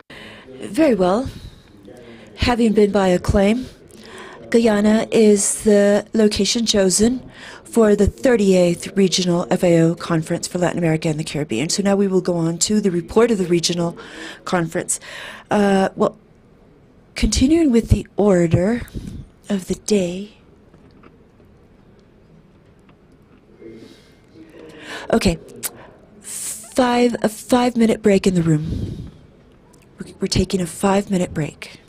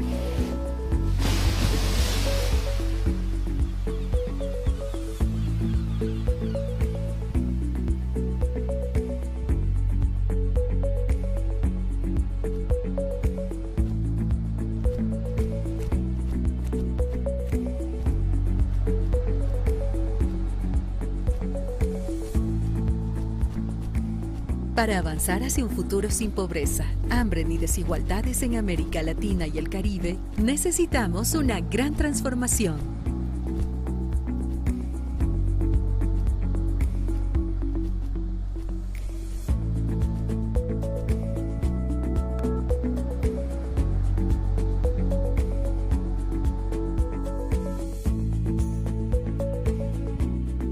Nuestros sistemas agroalimentarios deben ser más eficientes,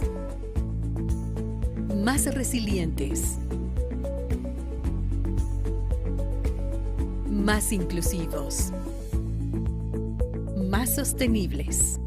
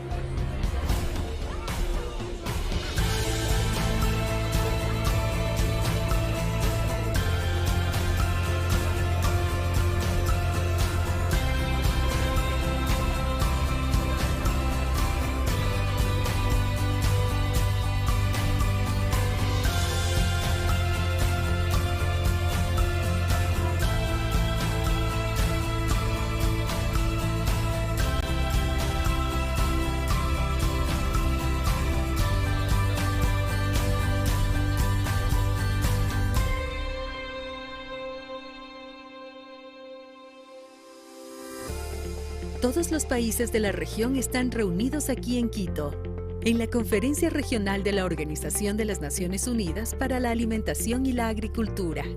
Súmate a nosotros y forma parte de este gran cambio.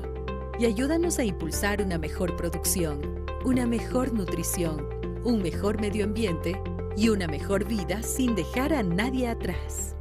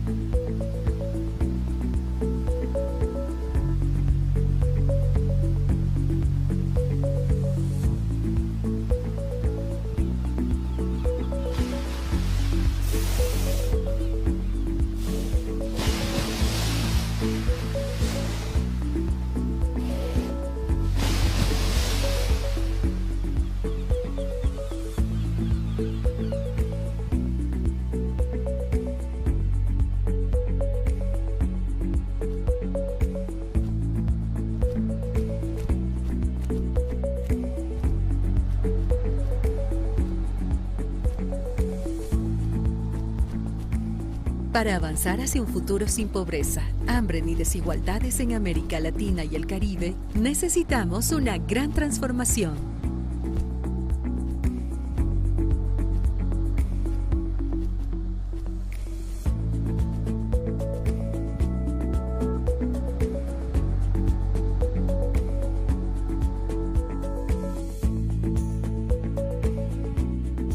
Nuestros sistemas agroalimentarios deben ser más eficientes, más resilientes,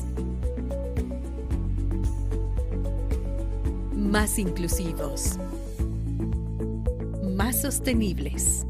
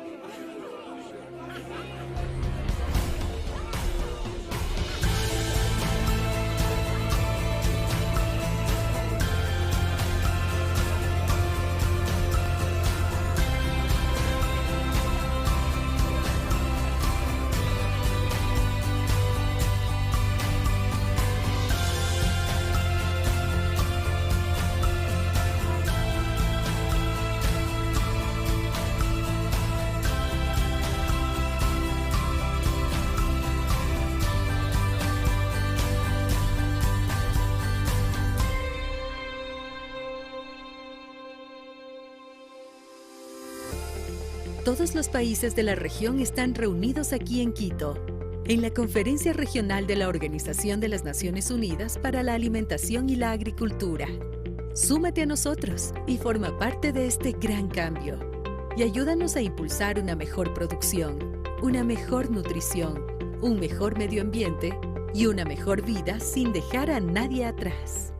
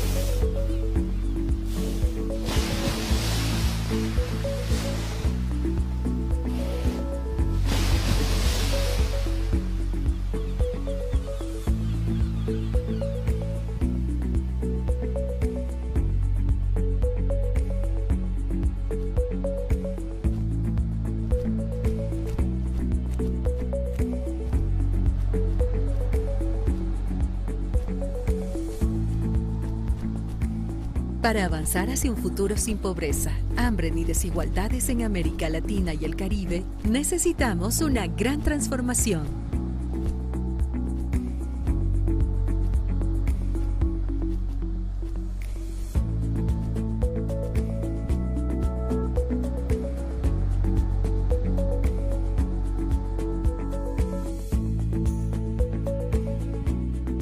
Nuestros sistemas agroalimentarios deben ser más eficientes,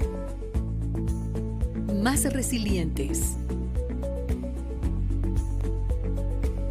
más inclusivos, más sostenibles.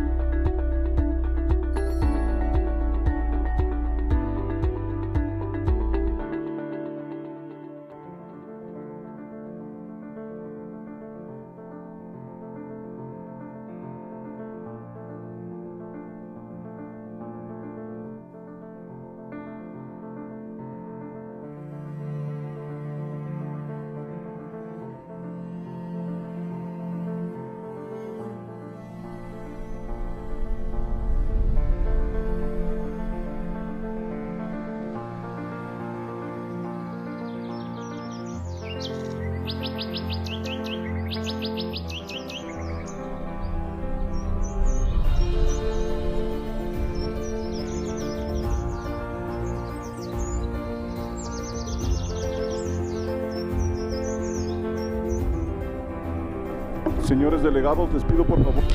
Delegates, I ask you to please take your seats. We will resume our conference. Thank you.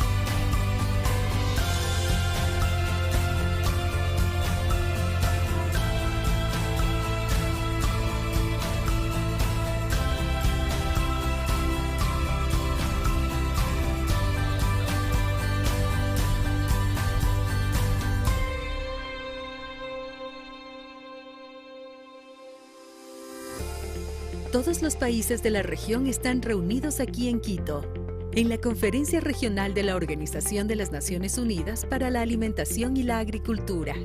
Súmate a nosotros y forma parte de este gran cambio. Y ayúdanos a impulsar una mejor producción, una mejor nutrición, un mejor medio ambiente y una mejor vida sin dejar a nadie atrás.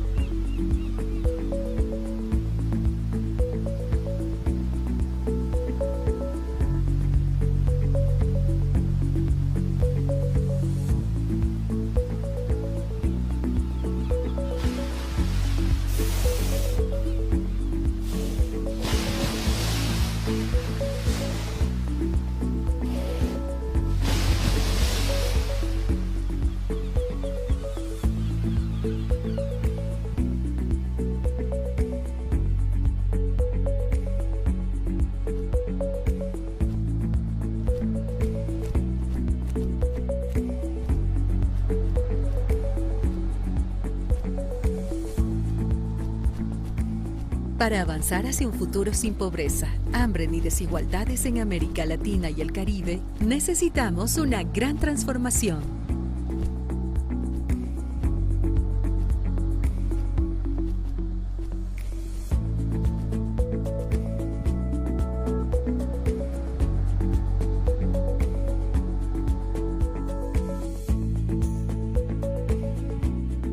Nuestros sistemas agroalimentarios deben ser más eficientes, más resilientes, más inclusivos, más sostenibles.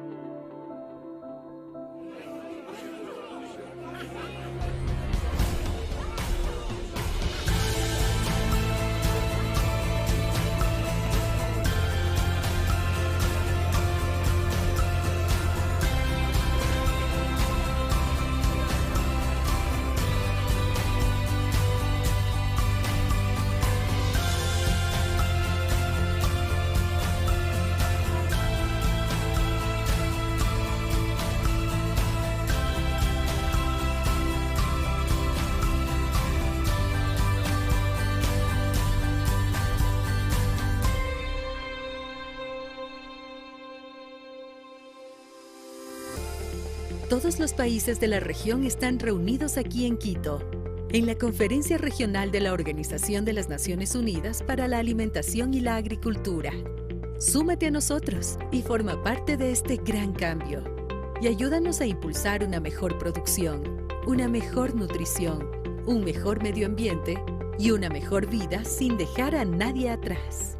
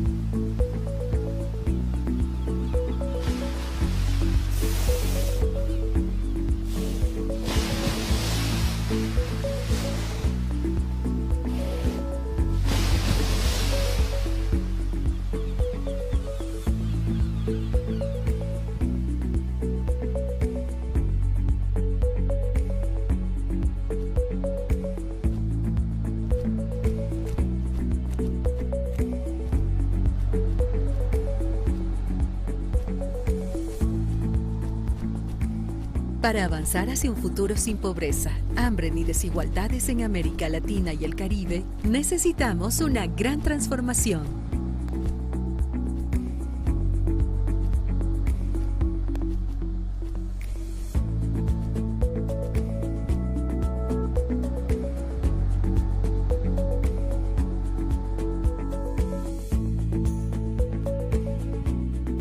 Nuestros sistemas agroalimentarios deben ser más eficientes, más resilientes, más inclusivos, más sostenibles.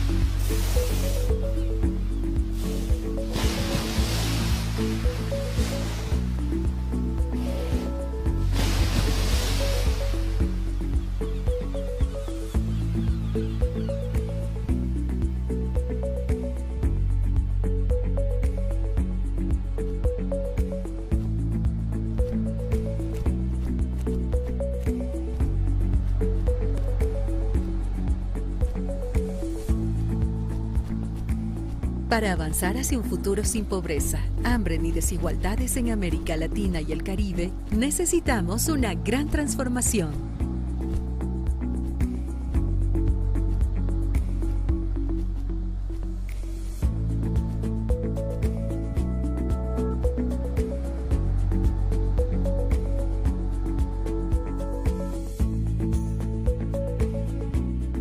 Nuestros sistemas agroalimentarios deben ser más eficientes, más resilientes, más inclusivos, más sostenibles.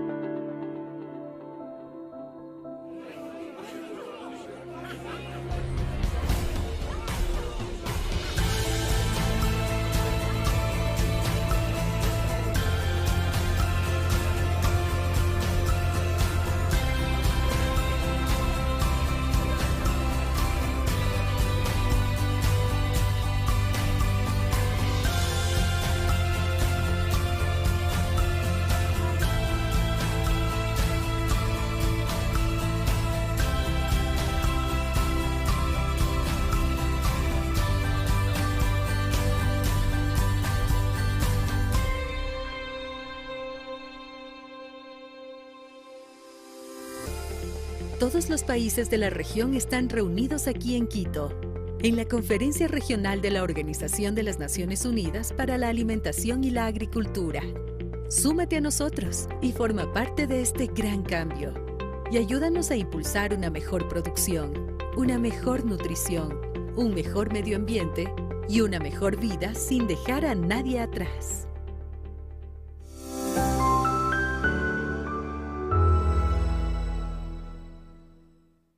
Ecuador es un país megadiverso, situado en la mitad del mundo, entre valles y montañas majestuosas, bosques amazónicos y un extenso mar del que surgen las islas encantadas de las Galápagos.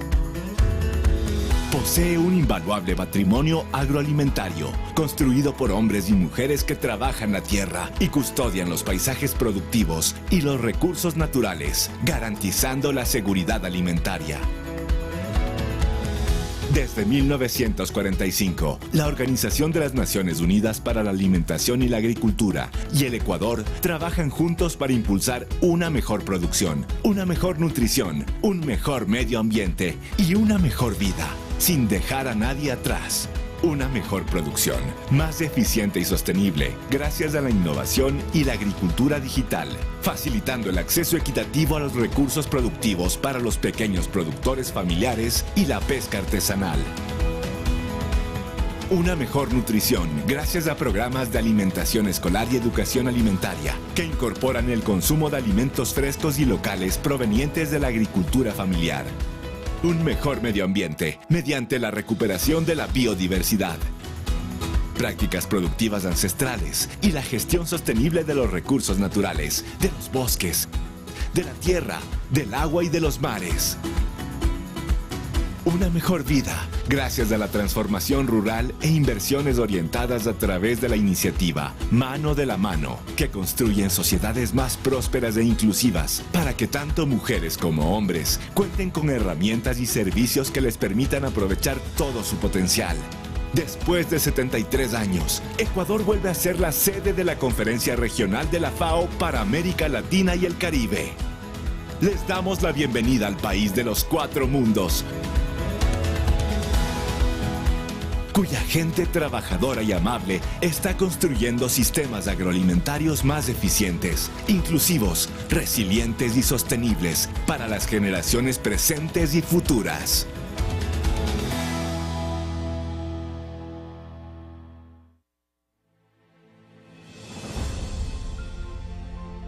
La pandemia de COVID-19 golpeó a América Latina y el Caribe más fuerte que a cualquier otra región del mundo. Y sin embargo, el sector agroalimentario no se detuvo. La región continuó siendo un pilar de la seguridad alimentaria global, garantizando el abastecimiento local y la exportación de alimentos durante toda la pandemia. Los pequeños productores adoptaron nuevas tecnologías digitales para acercarse a los consumidores, y los gobiernos y el sector privado innovaron para asegurar el suministro alimentario incluso en los peores momentos de la crisis sanitaria. Pero la región aún debe enfrentar grandes desafíos.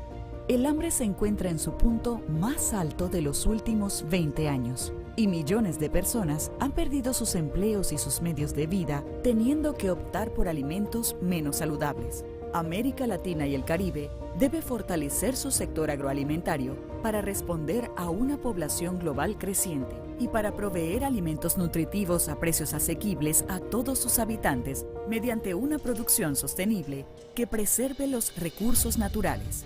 Por todas estas razones, la próxima Conferencia Regional de la Organización de las Naciones Unidas para la Alimentación y la Agricultura es más urgente y necesaria que nunca. Es una oportunidad única para que los países unan sus esfuerzos, porque la pandemia alteró todos los aspectos de nuestra vida, pero también abrió un gran espacio de cambio. Un espacio para que cada país transforme sus sistemas agroalimentarios para volverlos más eficientes, inclusivos, resilientes y sostenibles según sus condiciones y prioridades.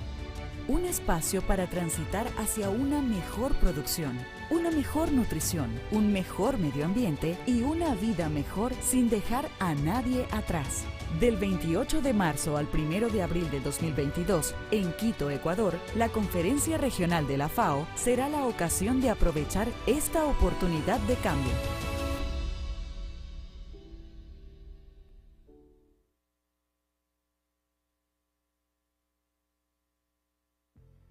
Durante el bienio 2020-2021, los países de América Latina y el Caribe lograron resultados de gran escala y avanzaron hacia sistemas agroalimentarios más eficientes, inclusivos, resilientes y sostenibles. Más de 170 instituciones en 31 países participaron en iniciativas de cooperación sur-sur y triangular, y el número de acuerdos suscritos entre la FAO y el sector privado aumentó en un 30% en relación con el bienio anterior. Para responder a la pandemia, la organización prestó apoyo a sus miembros para que mantuvieran sus sistemas agroalimentarios funcionando de manera eficiente. 26 países suscribieron una declaración ministerial comprometiéndose a asegurar el abastecimiento de alimentos. Y los ministros y secretarios de Agricultura de 34 países sostuvieron 3 reuniones hemisféricas para coordinar sus acciones. La FAO proporcionó estadísticas y análisis sobre las acciones de mitigación relativas al COVID-19 en la región y organizó 27 webinars sobre esta materia, que alcanzaron a 150.000 personas. 20 países aplicaron la metodología de la FAO para realizar evaluaciones del impacto de la pandemia en la producción agrícola. 4 países elaboraron planes de recuperación de la COVID-19. Y 9 países del Caribe prepararon planes nacionales para abordar riesgos potenciales para la seguridad alimentaria y la nutrición. La Estrategia Conjunta para Reforzar Programas Sostenibles de Alimentación Escolar entregó implementos de higiene y conservación de alimentos a 600 escuelas en 11 países. Los miembros identificaron sus prioridades nacionales para la Cumbre de las Naciones Unidas sobre los sistemas alimentarios, luego de realizar 120 diálogos con múltiples partes interesadas convocados por 16 gobiernos. 10 países mejoraron sus censos agrícolas nacionales y 13 países utilizaron la escala de experiencia de inseguridad alimentaria de la FAO. Los miembros elaboraron planes para abordar la resistencia a los antimicrobianos. 11 países perfeccionaron sus sistemas de control alimentario. 23 crearon un plan de acción regional contra una enfermedad letal para los bananos. Y la FAO proporcionó apoyo y capacitación para enfrentar el brote de peste porcina africana. 40 mercados mayoristas de 13 países ofrecieron alimentos a precios accesibles mediante el comercio electrónico y las plataformas de consultas de precios. La Plataforma Técnica Regional sobre Agricultura Familiar fue lanzada para que la agricultura familiar incorpore nuevos conocimientos, ciencia y tecnología en sus sistemas productivos. Y 9 países promovieron el comercio electrónico digital de la agricultura familiar. Como parte del diseño de las Naciones Unidas de la Agricultura Familiar, 5 países comenzaron a implementar planes nacionales. La Comunidad Andina definió una agenda conjunta y América Central y República Dominicana iniciaron la elaboración de un plan subregional. 6 países participaron en la iniciativa Mano de la Mano e identificaron carteras de inversión para sectores prioritarios, mientras que la iniciativa 1000 Aldeas Digitales apoyó a 48 experiencias de turismo rural en 13 países. Estamos listos para 8 países definieron un plan de acción we are para ready to resume. We would like to invite you to take your seats, please.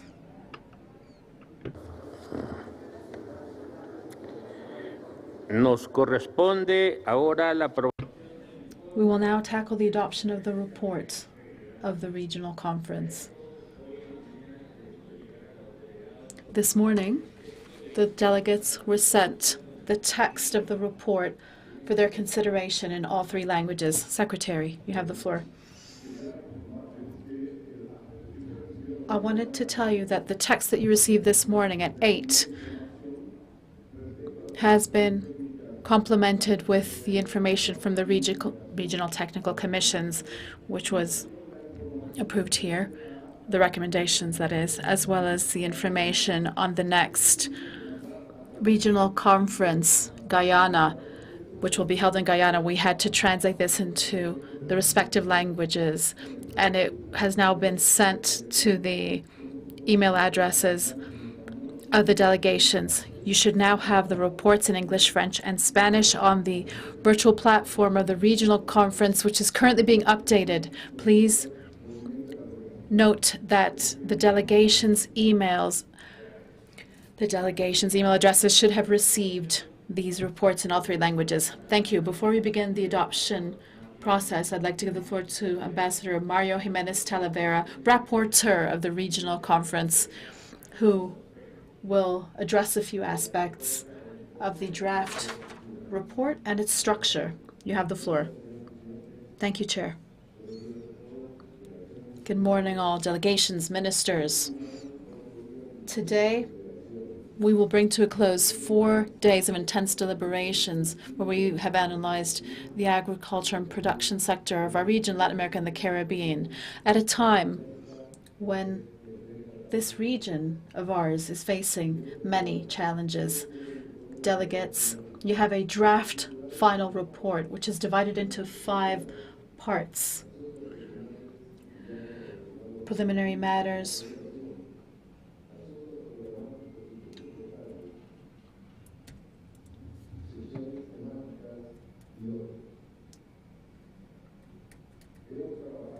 it's divided into 5 sections, namely introductory items, regional global policy and regulatory matters, program and budgetary matters, thematic sessions, and other matters.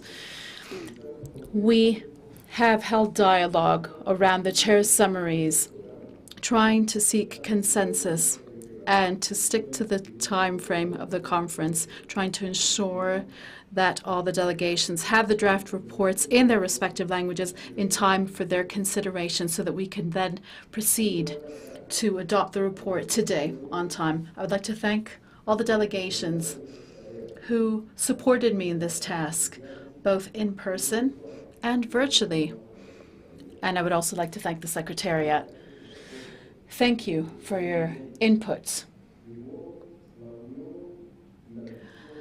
At all times, unity and solidarity prevailed for our dear region of Latin America and the Caribbean. We have no doubt achieved our task all together.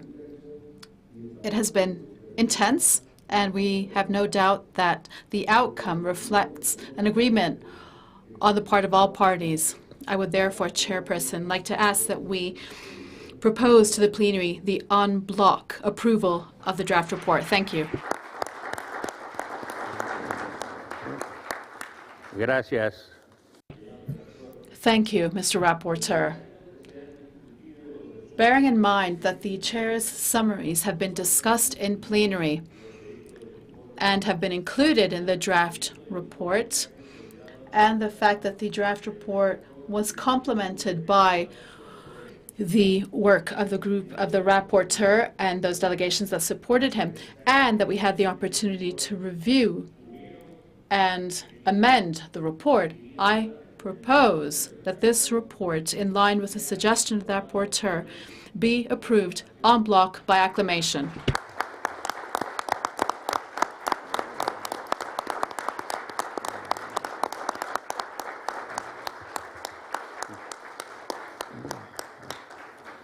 Muchas gracias. Thank you very much for your work, Mr. Rapporteur, Ambassador Mariano Jimenez Talavera, as well as the members who took part in the group of delegates who supported the rapporteur, as well as all the delegates of members, official observers, and spokespersons of non-governmental organizations for their input and comments, which informed and enriched the report of the regional conference. We'll now give the floor to Mr. Thomas Duncan, pro tempore chairperson of GRULAC. Please go ahead, sir. Thank you, Chair. My name is Augusto Valderrama, Minister for Development of Panama.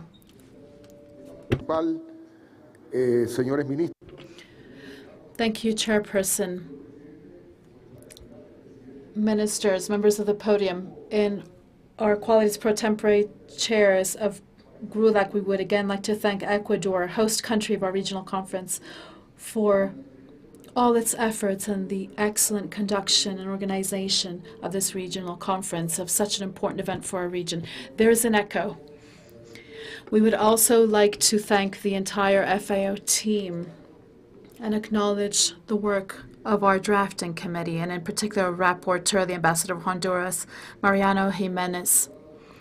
We have secured a report in a timely fashion in the 3 languages of our region. Thank you very much for your consensus-based work. Chairperson, we would like to approve by acclamation the report of the 37th Regional Conference of FAO in its entirety.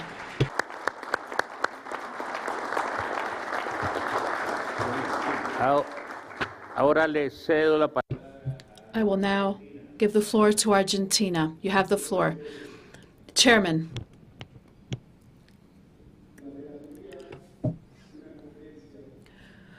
The rapporteur for any conference has to make great sacrifices. It's a very difficult task because it essentially involves placing yourself at the service of others.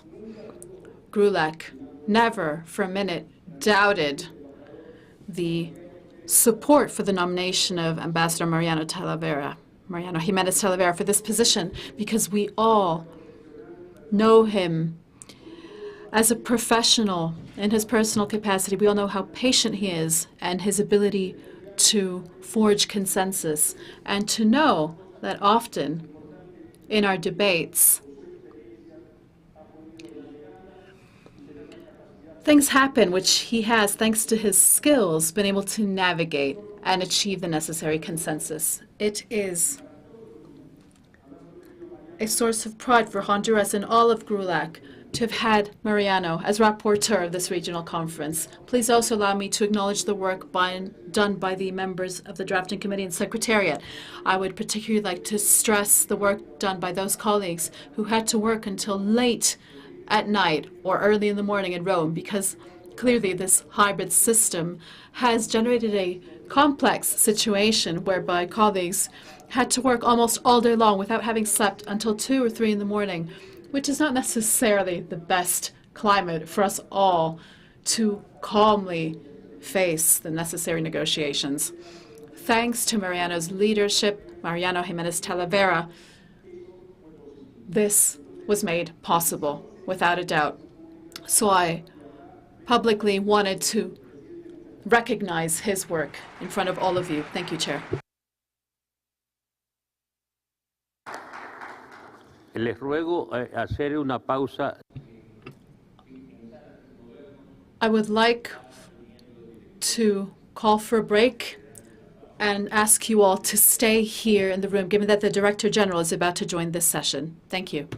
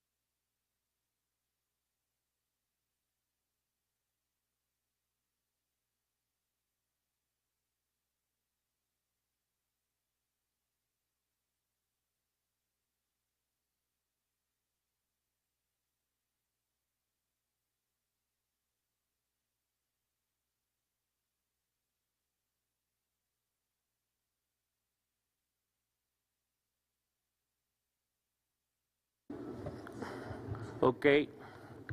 Retomamos la sesión. Okay, we will resume the meeting. We now have with us the Director General of the FAO, and in fact, it is a satisfaction for the government. Oh, he needs a receiver. Sorry. No, it's okay. It's okay. My Espanol are improving. Oh, really? Yes, yes. I can follow you. You speak, please. Ok. Ok, a insistencia del... Okay, by insistence of Dr. Xu, we will speak Spanish. It is a satisfaction for the government of the Republic of Ecuador to offer the floor to Mr. Kun Dong-yu, Director General of the FAO, who was with us in the opening ceremony, and today at the closing of the sessions, he will make the last declaration to the conference. Director General, you have the floor. Muchas gracias. Muchas gracias. Thank you very much, Minister Pedro. Stay with you during past 4 days together. I was reported by my Assistant Secretary General, Julio. You made a historical contribution and made a historical statement and consensus. As always, agree with disagree. But we can move our business ahead and with deliverable results for the country, for the farmers, and for the consumers. Excellencies, ladies and gentlemen, good morning. Again, congratulations to all the participants, whether physically here in Quito or connected virtually. This regional conference has taken place at a difficult moment in the history. Over the past days, we have discussed the exchange of views and how the FAO strategy framework 2022 to 31 can support you to successfully address the many challenges facing agri-food systems in the region and globally. This included the social and economic consequences of the pandemic, rising prices of staple food, fertilizer, and other input, the climate crisis and the erosion of biodiversity on land and in our oceans, deforestation and water scarcity, and persistent poverty and rising food insecurity. Today, the Latin America, the Caribbean regions produce enough food to feed 1.3 billion people, 1/6 of the Earth's inhabitants. Maintaining the same proportion by 2050, the region will need to produce enough food to feed 1.6 billion, 300 million more than today. It is therefore critical to ensure the better production and better nutrition with a better environment and better life for all, leaving no one behind. During this regional conference, we have discussed the innovations and the multilateral actions that will allow you to harness the full power of science and technology, as well as the important potential of the partnership and inclusivity to collectively address the challenges ahead. As this regional conference comes to the end, my message to you are simple. First, Latin America and the Caribbean region must step up to these challenges and move to the forefront of the global food and agriculture, food security of the world required. Second, best way to do so is by transforming your agri-food system to make them more efficient, more inclusive, more resilient, and more sustainable. Empower your people, empower your technology, and with the enabling policy and responsible investment. That's what my thought I learned from you during past days. Empower your people, empower technology with enabling policy and responsible investment.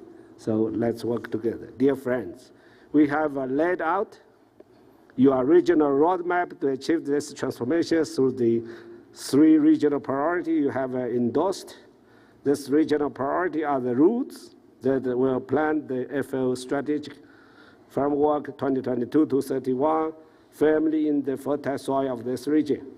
Successful transformation of the regional agri-food system will require your ownership and your political commitment and your action plans. You must take leadership because FAO is your organization and is fully committed to your priority. I once again wish to thank the government and the people of Ecuador for hosting us and for the excellent collaboration during the preparation that leads to this successful regional conference.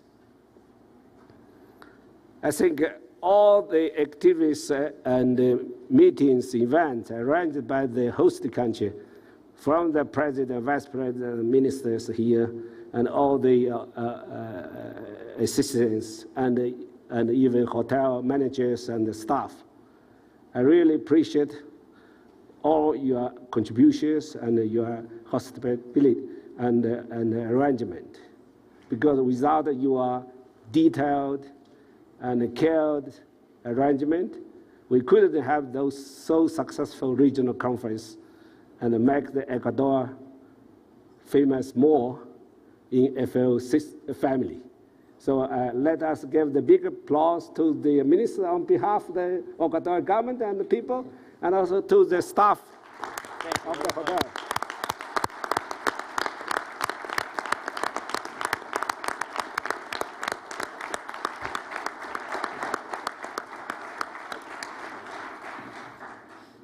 Now the ball is coming to my friends. I wanted to thank Minister Mustafa from Guyana, who very effective as the chair of the main session of this regional conference. I wish thanks to all of you, your support, your active participation, the fruitful and the successful deliberation.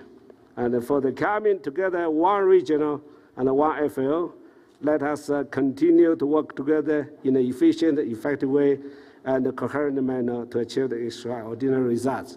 So next turn, it's a new bar, new benchmark, and a new standard for my friend from Guyana. Let's congratulate Guyana first in advance.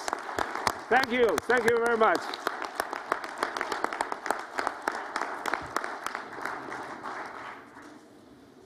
Thank you. Muchas gracias. Thank you very much, Director General. Thank you very much for your words. You have been a guest of honor, and we hope that you always return to Ecuador. Thank you very much.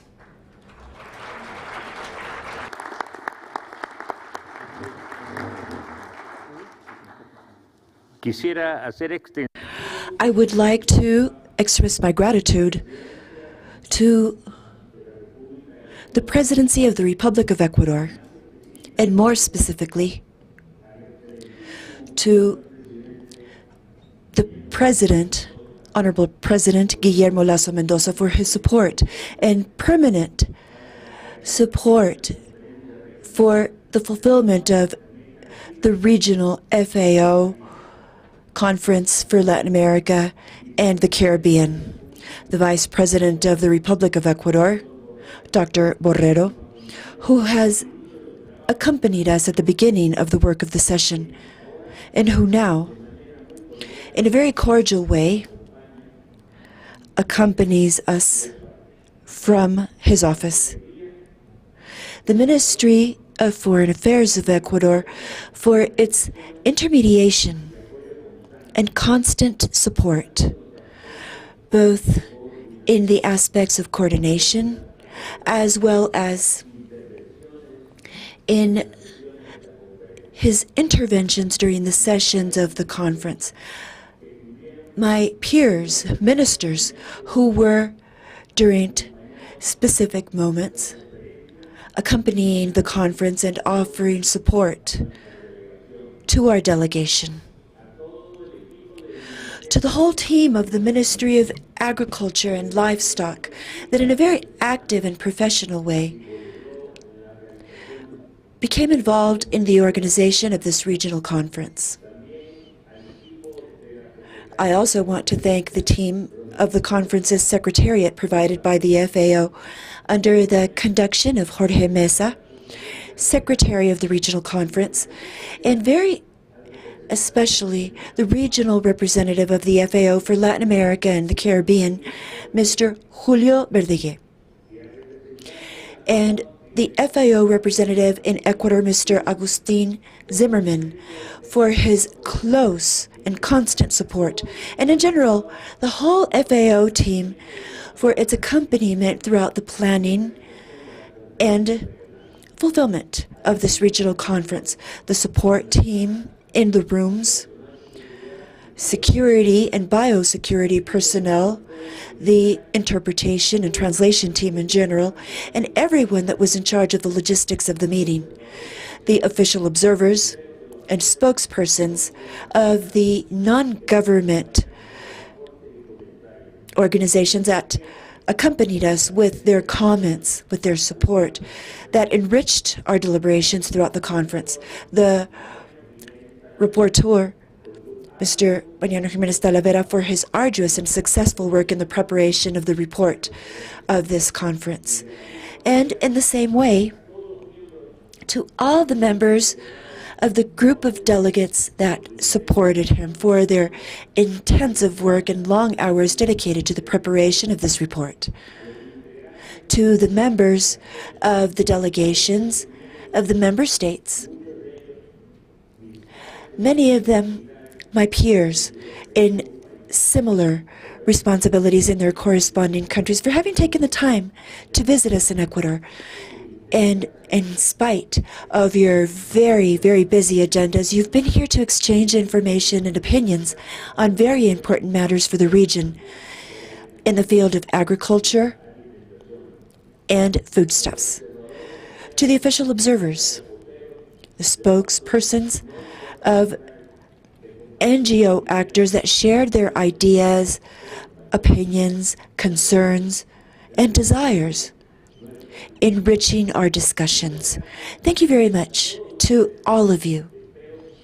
And I hope that you have enjoyed our country and that you return soon. And with this, I declare closed the 37th period of sessions of the Regional FAO Council for Latin America and the Caribbean.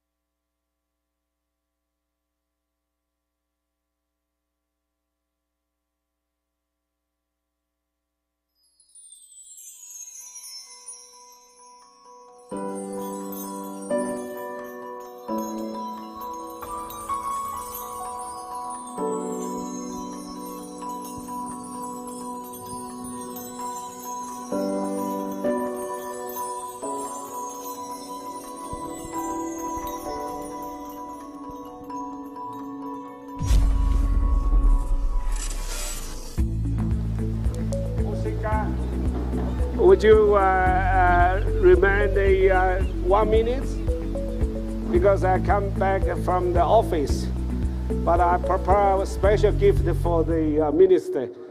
that in my room, so I asked my sister to pick that. I want to show you. Yeah, with 1 minute. Sorry, I'm sorry.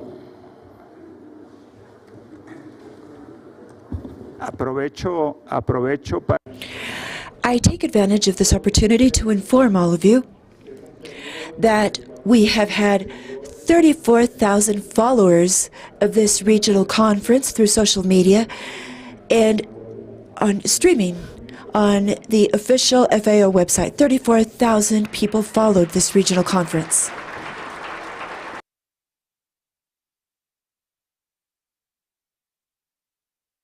So you made a historical record. Huh?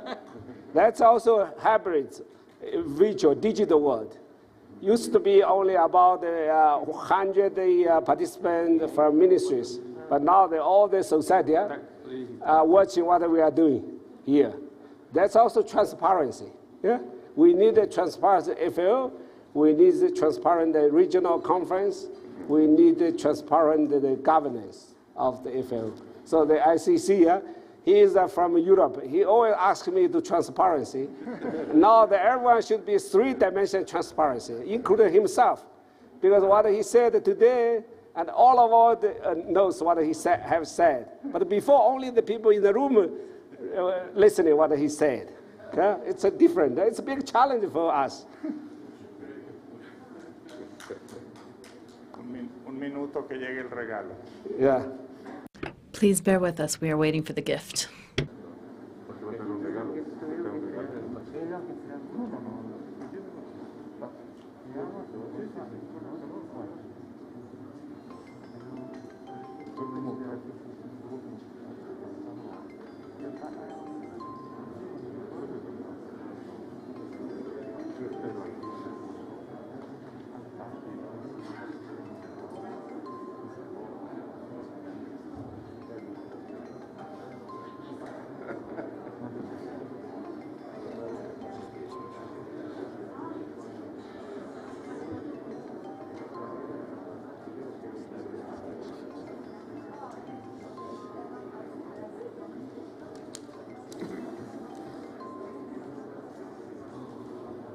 哎，杨华，你去看一下他到哪了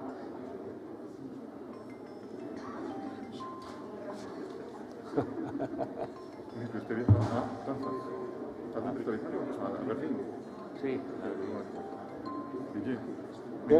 Ministro is flying to Berlin. Yeah.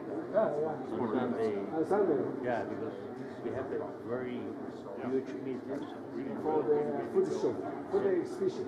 Yeah, it's good. Yeah. It's good to promote your products. Yeah.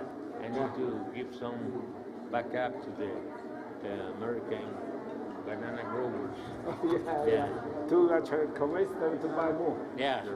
At least to pronounce a better price for the food. No? And Germany is a great market, not for bananas. No, Germany, no. But I remember when I studied there, banana is exquisite. Yeah. Somebody, Because in Europe, we treat the banana as special food. But actually, it's quite an ordinary fruit. Yeah. You know, few months, 2 months ago, I had the great opportunity of being invited for having dinner with the Chinese ambassador. So I ate the real Chinese food.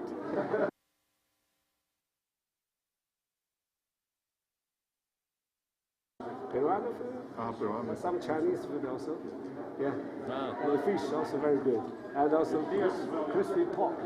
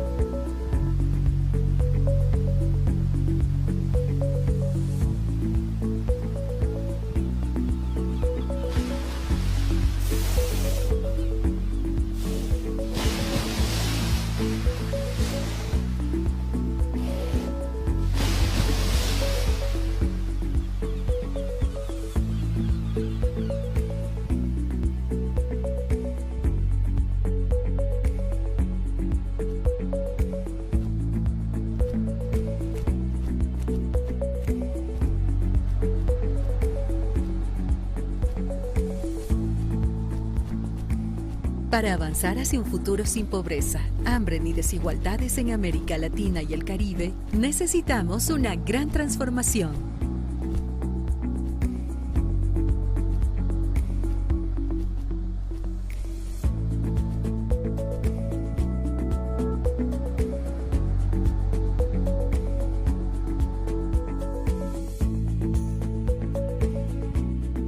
Nuestros sistemas agroalimentarios deben ser más eficientes, más resilientes, más inclusivos, más sostenibles.